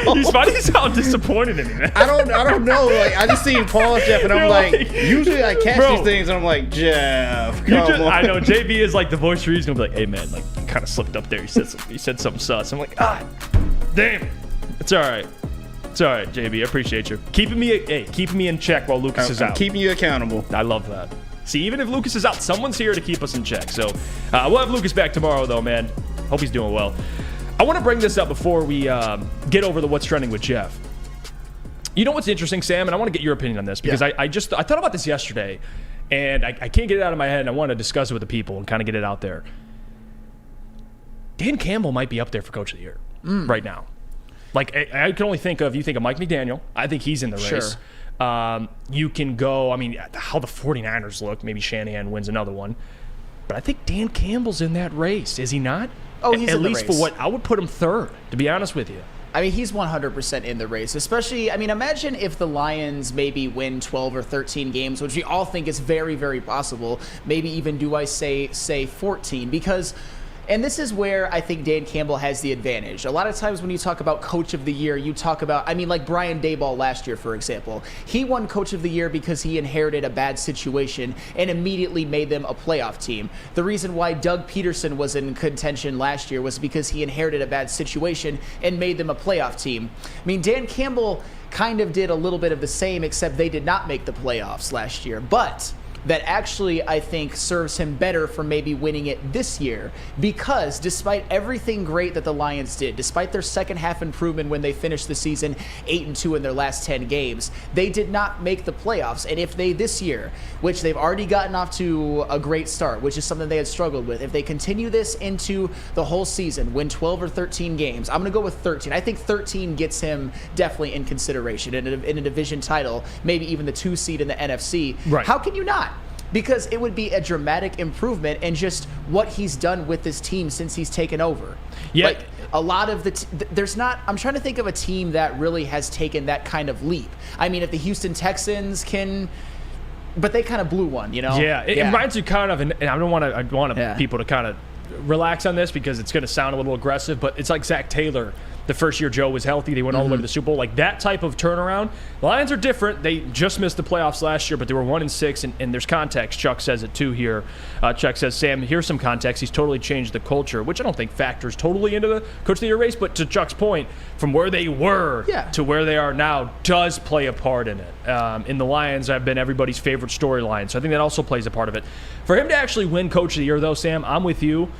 He would have to win 12, 13 games. And look at this. Dan Campbell quote from Woodward Sports. You can check that out. Instagram, Twitter, Woodward Sports. We got the right dudes in this room and the right effing coaches. Lions head coach Dan Campbell. Love that. For Dan to actually be, to win the award, we'll just say that, the Dolphins need to just absolutely implode. And then need the 49ers to lose a couple games. And if the 49ers and the Lions win the same amount of games, I think maybe the storyline favors the Lions, but I don't see a pathway for Dan to win that award this year if the Miami Dolphins and the 49ers are winning, if they're going to win 12, 13 games. The Lions, I think, will win 11, but if they win 12, 13 games, that Dan storyline could be the difference there for him. Because, trust me, the 49ers, Shanahan's been doing this with the 49ers. Maybe not as dominant with Brock Purdy, but last year they were undefeated. Mike McDaniel, you have a case for because Tua was hurt last year, and now it's his first year actually, hopefully, staying healthy. And Dan Campbell, last year, the Lions to what they are now, most impressive. I think he would deserve the award, but, man, a lot of things have to go his way. But he's going to be in the conversation, I think, the entire year, at least. You mentioned a couple of names. Mike McDaniel, I think, right now would be the favorite because even though the Dolphins did make the playoffs last year, what this offense is doing, particularly getting the run game to where it's at, this offense right now is playing at historic levels. It's not just great for this year. So if the Miami Dolphins continue this historic pace offensively and they win the division, you certainly definitely got to put Mike McDaniel in He consideration. scored 70. That's absolutely unbelievable. And Mike McDaniel, you're going to start thinking of him the same way that you think of Sean McVay, the same way that you think of Kyle Shanahan. Tears like that. He is another one of those offensive wonderkins. But with the 49ers, the problem with the 49ers and Kyle Shanahan is they're pretty much good every year. Right, that's the other part of it. But what if the San Francisco 49ers, dare I say, go like 16-1 or 17? I know 17-0 is like kind of a hard thing. Then the award, you send it to Shanahan's house 100%. immediately.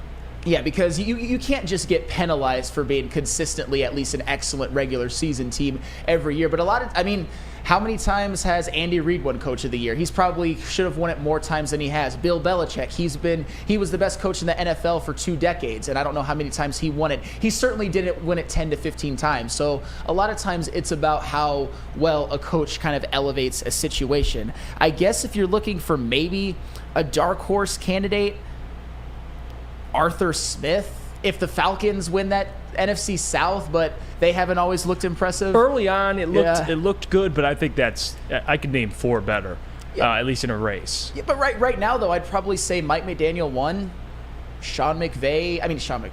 Kyle Shanahan and Dan Campbell are kind of like, just depends on how the records shake out. Yeah, and for this one, this comment, Jeff, I have them around 13, 14 wins. Which 5 teams do you have them? Do you have them losing to moving forward? I had 11-6 before this season, but with new information, hey, I got to be allowed to change my opinion. This team, I can't name 5 losses, to be honest with you. Like, you look at the rest of the schedule, they might win 12, 13 games, and if they do that, Sam, I think he could. I think it'll be close for Dan. I'm not going to sit here and say he will win the award because of how great of a year also the 49ers and Dolphins are having, Mike McDaniel. But to your point, if they string off a couple losses and they're all kind of floating around 12, 13 wins, I would go with the Lions because they have the better storyline and it's the Lions. I mean, what they have to fought through. So we'll see though. We'll see. Narrative is a part of it, and being the Lions head coach that gets them to their first division title since 1993, which it's looking like that's almost locked up anyway. But if they get the 2 seed, 13 wins, and Corey Berry, he actually mentioned someone kind of interesting. Would you give any consideration to Todd Bowles of the Tampa Bay Buccaneers, if they continue what they're doing? Because they lost Brady. They didn't have a very good year last year. They were 8-9 and made the playoffs. Imagine if this year they actually win the division and have a better record with Baker Mayfield as the quarterback. I think Todd Bowles is top 5, 6. Mm-hmm. Like, and I'll ask you, Sam. Yeah. Where would you put Andy Reid? Is he ahead of Dan? No. Okay. No, he's not. He's not. Where would you put Andy Reid, though? Because I do think they're 4-1 with that offense. I mean, Jesus, man. Where would you put Andy? That's such a tough one because I think he's going to fall into the same as, MJ in his prime should have won more MVPs. LeBron in his prime should have won more MVPs. I mean, Andy Reid could always win it, but when it comes to the criteria that the NFL uses, he'd probably be in the top 10. He's not going to win it. Okay. Because, they're just too consistently dominant. I was just testing you. I mean, especially if the Chiefs have a lesser win total than last year, which is possible. I think Todd Bowles, though, he's doing a damn good job. Like, I get a lot of respect for Todd Bowles, man. Like, I do. With Baker Mayfield, too, he deserves a lot of credit. But if they keep winning, I think Todd could be in the conversation. But I do think when the year ends, it'll be Dan Campbell, Mike McDaniel, Kyle Shanahan. That's my 3. Now, the order, we'll see how it plays out. But I think the Lions, to really solidify it, like for Dan to win the award, certainly no question, he'd have to win the NFC. So we'll see how that plays out. Yeah, just one quick comment I want to read. John effing Lord, KC ain't dominant. The last 5 years, they most certainly have been. That's what I'm saying. What I said was, and listen, is that Andy Reid has been consistently dominant with the Kansas City Chiefs and Patrick Mahomes, and that's why he won't win it this year, Coach of the Year, because it usually goes to teams that have a turnaround. If you think the Kansas City Chiefs haven't been dominant for the last 5 years, I don't know what you're smoking, or you're just trying to hate. I actually think the record is 4-1, Sam, but in my opinion, I think the Chiefs, their defense has improved, but they've regressed, like, offensively. All right, and that's not Mahomes' fault. Yeah. I mean, they just don't. Sky Moore, Justin Watson. And then you got banged up Travis Kelce like that. Those weapons, man, that's concerning. At least, it is. If you want me to admit this, they haven't always looked as impressive as maybe you'd expect the Kansas City Chiefs team to. There, I said it. But they're still 4-1. They're still 4-1. Hey, yes. Chiefs fans will take that every day of the week. Caston Reed said Shane Steichen. That's a sneaky one. Ooh, you know what? Good. That's a great one. That is a very good call. Shane Steichen, I think, could end up. Call. He could be top in that same top 7, top 6 area because the Colts. I don't know how many games they're going to win. What are they going to win? You think 8? Let's look at the standings I right don't think now. they'll win double-digit. They won't have a double-digit win total. So I don't think he'll be in consideration for the award, but he could be in that convo. Yeah. Shane's going to have a hell of a first year. I think Gardner Minshew, all the Anthony Richardson lovers, Gardner Minshew looks better as soon as he gets on the field, immediately. Yeah, I mean, Gardner Minshew's a veteran. I mean, Anthony Richardson, he has looked impressive for parts of the year, but that's the thing with quarterbacks who take that many hits. Even though he's a big dude, he can't stay healthy. And now he's going to miss, at least 4 weeks. But yeah, that is Caston Reed. That is an excellent call. That is one that I may have neglected. Shane Steichen, if the Indianapolis Colts get a wild card spot, he could even win the thing. You think if they get a wild card spot? If they get a wild card spot, I think he could win it. I would still probably go for Dan Campbell if the Lions win 13 games, but still. Shane Steichen, I think he's actually a more legitimate candidate than Todd Bowles. So good on you, Caston Reed. Yeah, he is doing more with less. That is fair. Let's go to break. When we come back, we'll get to what's trending with Lucas, but today it's what's trending with Jeff. And I got some interesting things to bring up for the people. We'll get your guys' reaction to that. But first, we got to hear about our friends from Dispo, because Sam might have stopped inside before that Chiefs take. But Sam, tell me about them. Experience Dispo Romeo, a team that curates an exclusive atmosphere mixed with fresh inventory from Michigan's largest variety of products. The first ever cannabis mall of its kind is conveniently located off of Van Dyke and 32 Mile Road in Romeo. Dispo Romeo is now open late night until midnight every day except Sunday. Can it get any better than that? Dispo Dispensary, DispoShops.com, your local cannabis plug. Brace yourselves, Detroit. As the sun begins to set, two of Woodward Sports' brightest young stars will be taking the mic for a brand new show. Woodward Nights with Spooner and Broder. The dog days in Detroit are over, and the boys are unleashed. Join in on the banter and hop on the bandwagon of the #1 night show on the internet. Tune into the Woodward Sports YouTube channel every weeknight from 8 to 10 p.m. Woodward Nights with Spooner and Broder.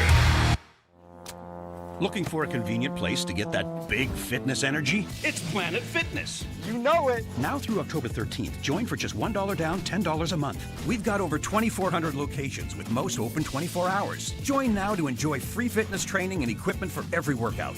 You belong in the judgment-free zone. Join Planet Fitness today for $1 down, $10 a month, no commitment. Cancel anytime. Deal ends Friday, October 13th. Over 50 Metro Detroit locations. Join Woodward Sports' own Jeff Iafrate, along with special WSN guests for the most anticipated Lions season in decades. Filled with different surprises and expert analysis. You're not going to want to miss out. Go to our Woodward Sports YouTube channel on Sundays and tune in live from 9:30 to 11:30 a.m. When buying or selling real estate, flexibility and control over the sales process is key. Sellers, how would you like the freedom of canceling your listing agreement at any time for any reason with no penalty? That is exactly what Mark White & Associates offers. It's called the Minute-by-Minute Listing Agreement by Mark White & Associates. Try Mark White's risk-free minute-to-minute listing agreement today. Looking to buy or sell real estate? Visit markwhitesells.com or call 248-290-8242. markwhitesells.com, where flexibility meets success. I have a proposal because I see the chat, and this is a great idea, but I don't want to force you to do it, JB. Do you want to cook what's trending? No, I think you kind of curated what's trending today, so I'll let you cook with this one today. Would you like to in the future? Oh yeah, anytime. Damn. I got your back. You know. I was like, you know what, JB's TDing, I'll let him cook, but no, I should have let you do what's trending. We'll do it together here, because I got some things I want to bring up, and one of them does involve JB. He is on the stand today. Oh, no. Oh, boy. The first one, though, how about 49ers fans? They were blowing out the Cowboys so bad that they're having fun. And hopefully, Lions have been doing that lately, so it is fun to do that when you're blowing out a team so bad that you look over and you start chanting for their backup quarterback, who used to be your quarterback. We want Trey. Check this out.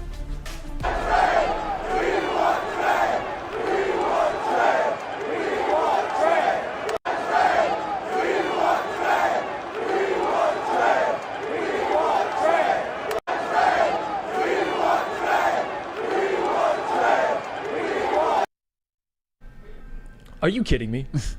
It's gotten so bad in Dallas, and the 49ers don't even look at him like a threat, and they're over there having fun, chanting for their former quarterback. And Dak Prescott, you know what he's doing? Sitting there on the bench, just listening, Sam Flannel.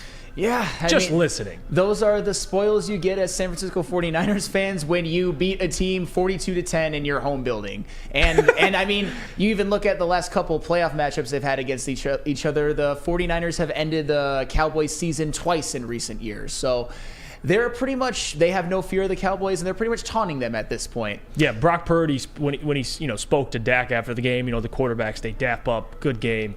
Looked like Brock was like, keep your head up, little bro. Everything will be okay. Man, keep your head up, champ. The disrespect for Dak Prescott.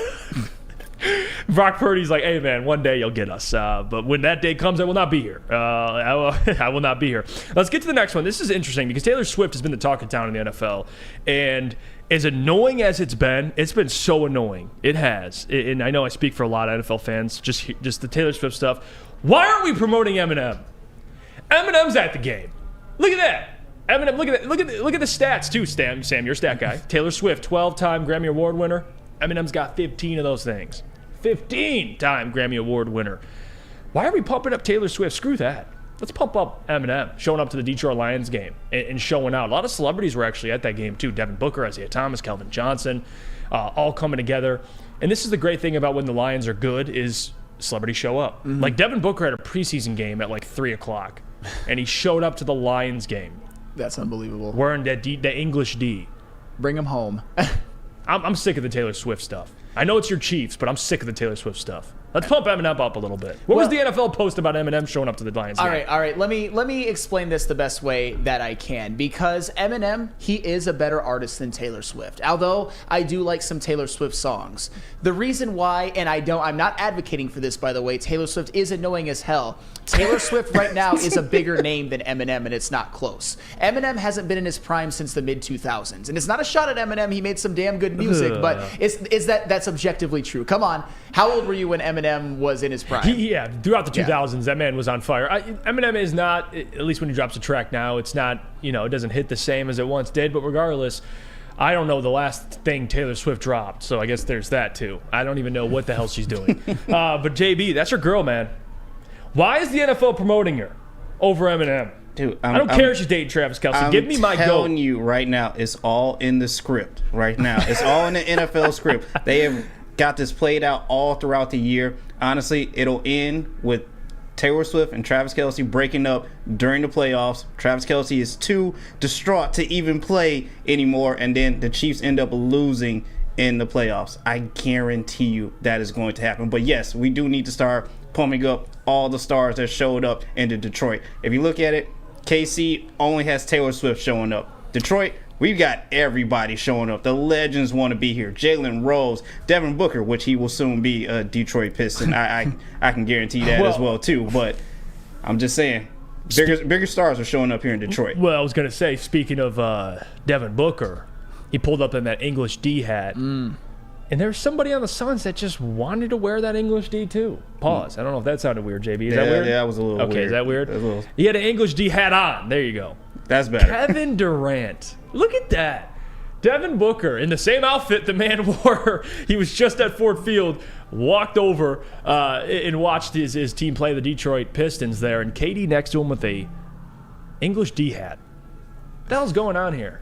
Bring both of them home. Yeah, and that's Pistons fans. Bring them all home. I see some people in the chat as well. Michael Gentry, my GOAT. Stop it, Mike. KD is not your GOAT. All right, and he is the biggest KD fan.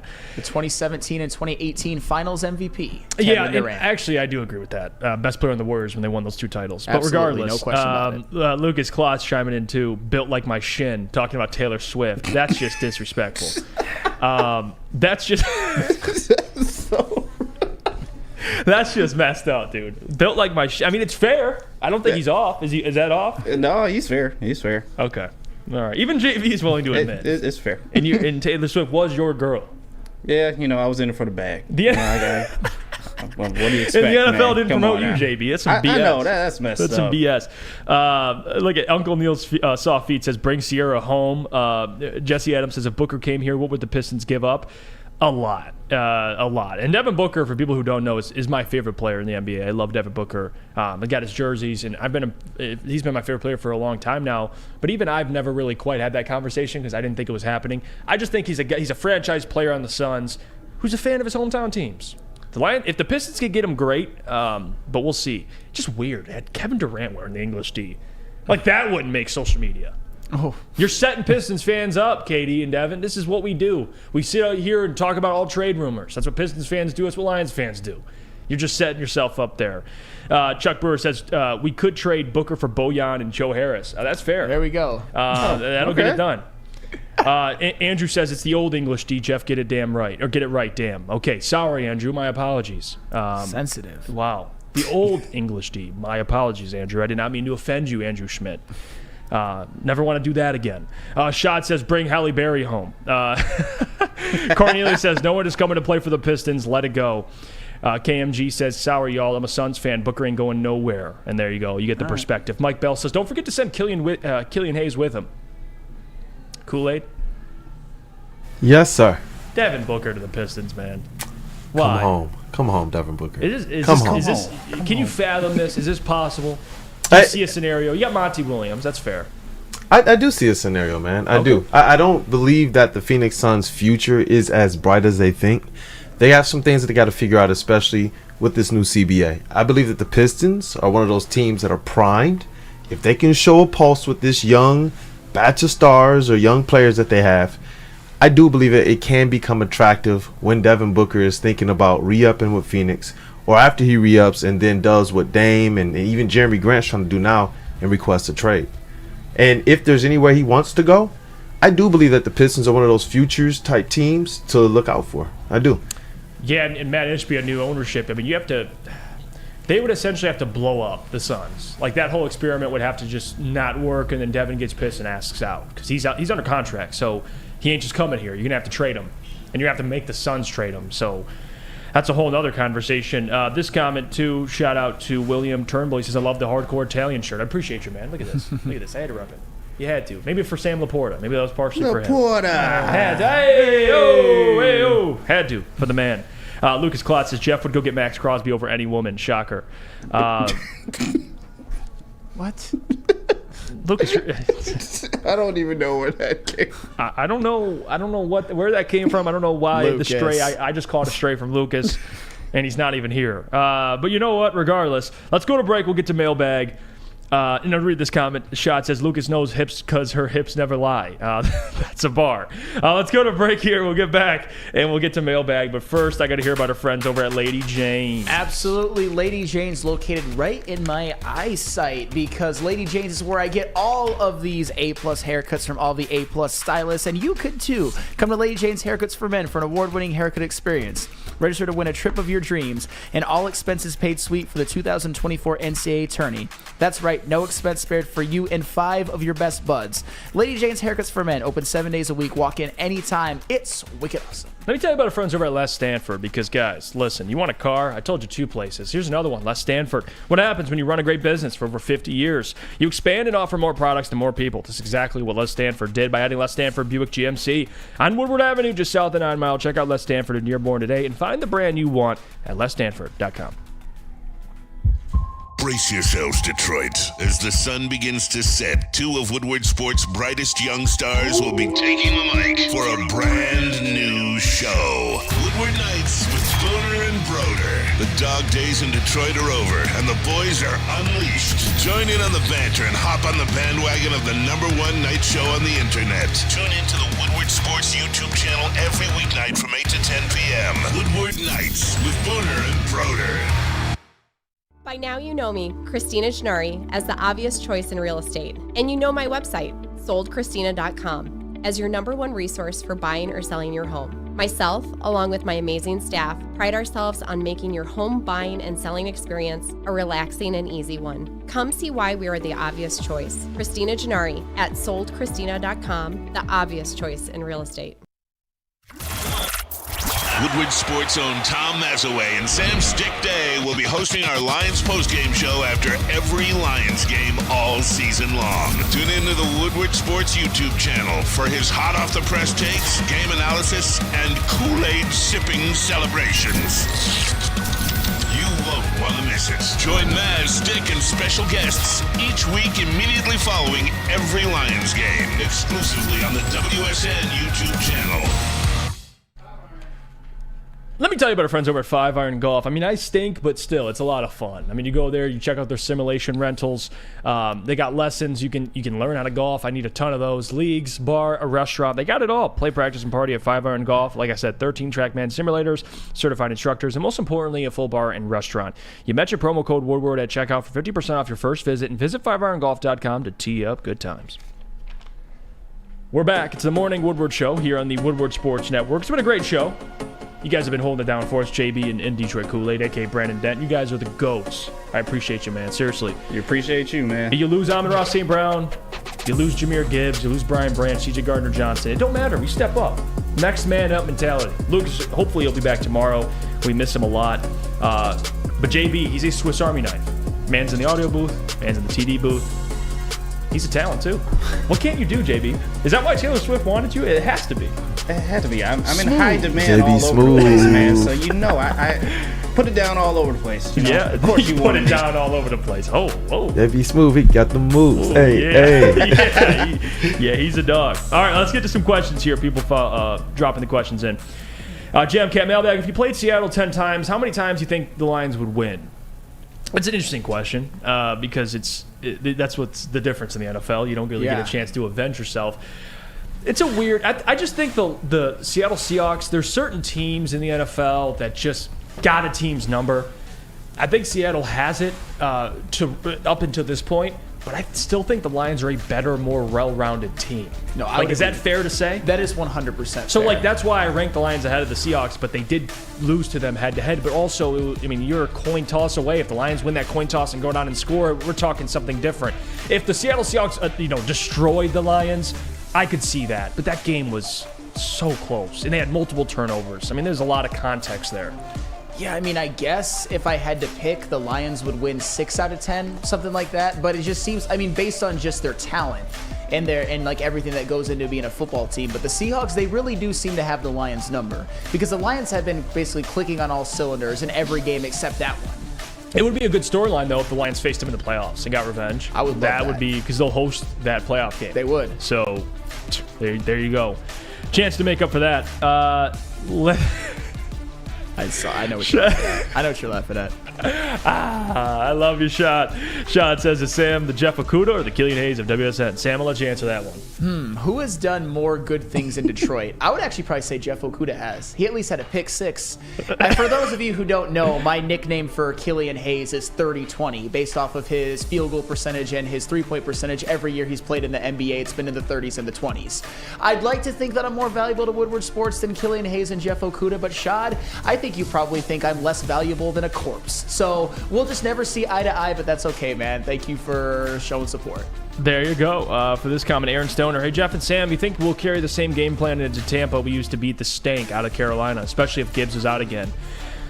Yeah, actually, Aaron, I think the last 3 games have been a similar game plan because of the quarterbacks you faced, right? You had Jordan Love, Desmond Ridder before that, and then you had Bryce Young, very inexperienced quarterbacks.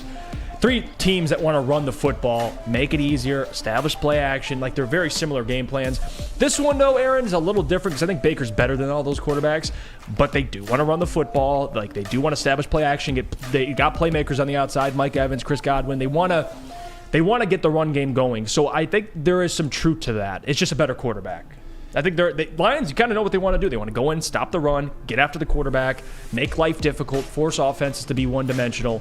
I just think Baker's, although I'm not a big fan of Baker, he is better than the quarterbacks they've faced. Yeah, you're obviously going to have to step up your game a little bit. I understand the elements, stopping the run, getting to Baker Mayfield, but going to Tampa Bay is going to be a much tougher matchup than home against Carolina. So whether you like it or not, whether you want to believe it or not, this game could end up being a dogfight. The Lions could end up asserting their dominance, but it wouldn't surprise me at all if it's a close game.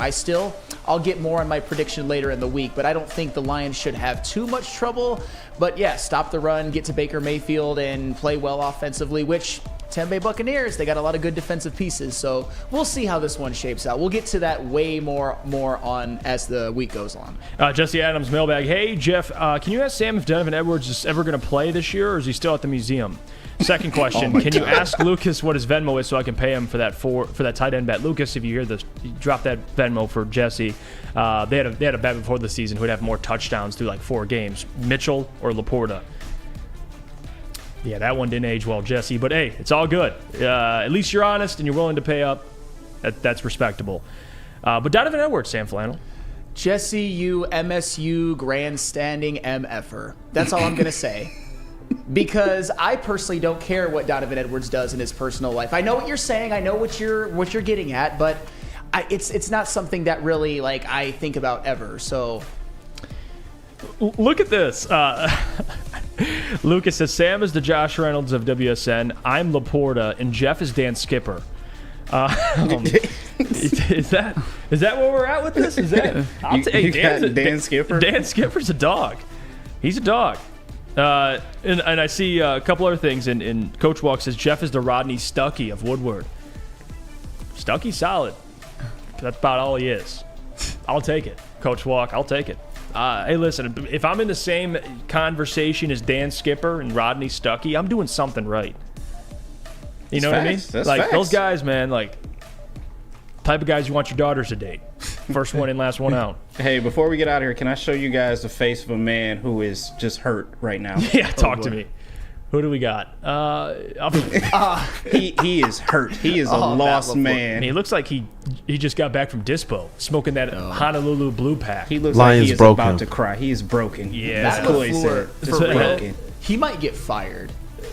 I mean, I don't know if it's necessarily fair or not, but the Green Bay Packers, I mean, you know what's funny? And just to, I want to hit on this just very, very quickly. Before the year, I thought that the Bears would actually be the closest competition to the Lions in the NFC North. It actually might play out that way because the Packers and Vikings, I thought the Vikings were going to be bad, but now with Justin Jefferson out in a 1-4 start, it looks like every team might be a 6-win team or less in the NFC North. They might feast on each other a little bit, but it's bad. The Lions are so far ahead, the best team in the NFC North, the other teams can't even see the Lions. Yeah, and I agree with that. Matt LaFleur, and I actually think Matt LaFleur, well, I should say I used to think Matt LaFleur. We'll see how it trends this season. I think he's a pretty good head coach. I know he's at Aaron Rodgers, so this is the biggest test this year for Matt LaFleur. Are you a good head coach or not? And their offense stinks. Fair. Yeah, it does. So, it is what it is. The proof's in the pudding. Let's see here. Jalen says, Hefe, I drunk a slushy Friday and got sick for the weekend. I call it a Slurpee now. There you go. There you go. Do you guys call it, if you have a Slurpee, is it a Slurpee or a slushy? I think it depends on where you get it let's from. Let's just get it out the way. If you get it from 7-Eleven, it's a Slurpee. You get it from anywhere else, it's a slushy. That's fair. Yeah, that's spot on. I just say Slurpee. That's how slushies. Me and Jalen have these debates. You say that's fair though? 7-Eleven, Slurpee, it's fair. I prefer to just call it all slushy. Slurpee is a little bit different connotation for me, man. I go to 7-Eleven and order a slushy. The way you said that, I go to 7-Eleven and order a slushy. That's just. That's just the most dad stuff, man. You can tell you go with your kids a lot. I do. Yeah. I do. Hey, check out the Burners one. Yeah, I got it's you. fire. Hey, don't sleep on the Burners. I'm with you there. That's right. Let's end the show right now, man. I appreciate you guys. It's been a blast. It really has. And we'll have a packed one for you tomorrow, and the rest of the week we'll be kind of breaking down some of the Buccaneers game. And it'll be a lot of fun. Another great one this weekend. I think it'll be more of a competitive game, but we'll talk about that. Lucas will come back. It'll be a great show. For right now, I do want to give a shout out, man. Shout out again, Brandon Dent, aka Detroit Kool-Aid, and JB. You guys are the heartbeats, man. I appreciate you. Without you, this is impossible for me and Sam. So big shout out to you two. Big shout out to the audience for showing love, being consistent, and dropping a like on the stream as well. And then, of course, my partner in crime, Sam Flannel. It's been a pleasure, Sam. Yeah. Even though I disagree with you, Lions better than the Chiefs. Still love you. That's all right. All right. We'll get out of here. Appreciate you guys. Big D Energy 11-1. Ermanni Networks 2-4. Of course, the Heavies 5-7. And then you can end your night tonight 8-10 with Woodward Nights with Booner, Broder, and the boys, Jalen and Nick holding it down. Until tomorrow, we'll see you guys. Have a great day.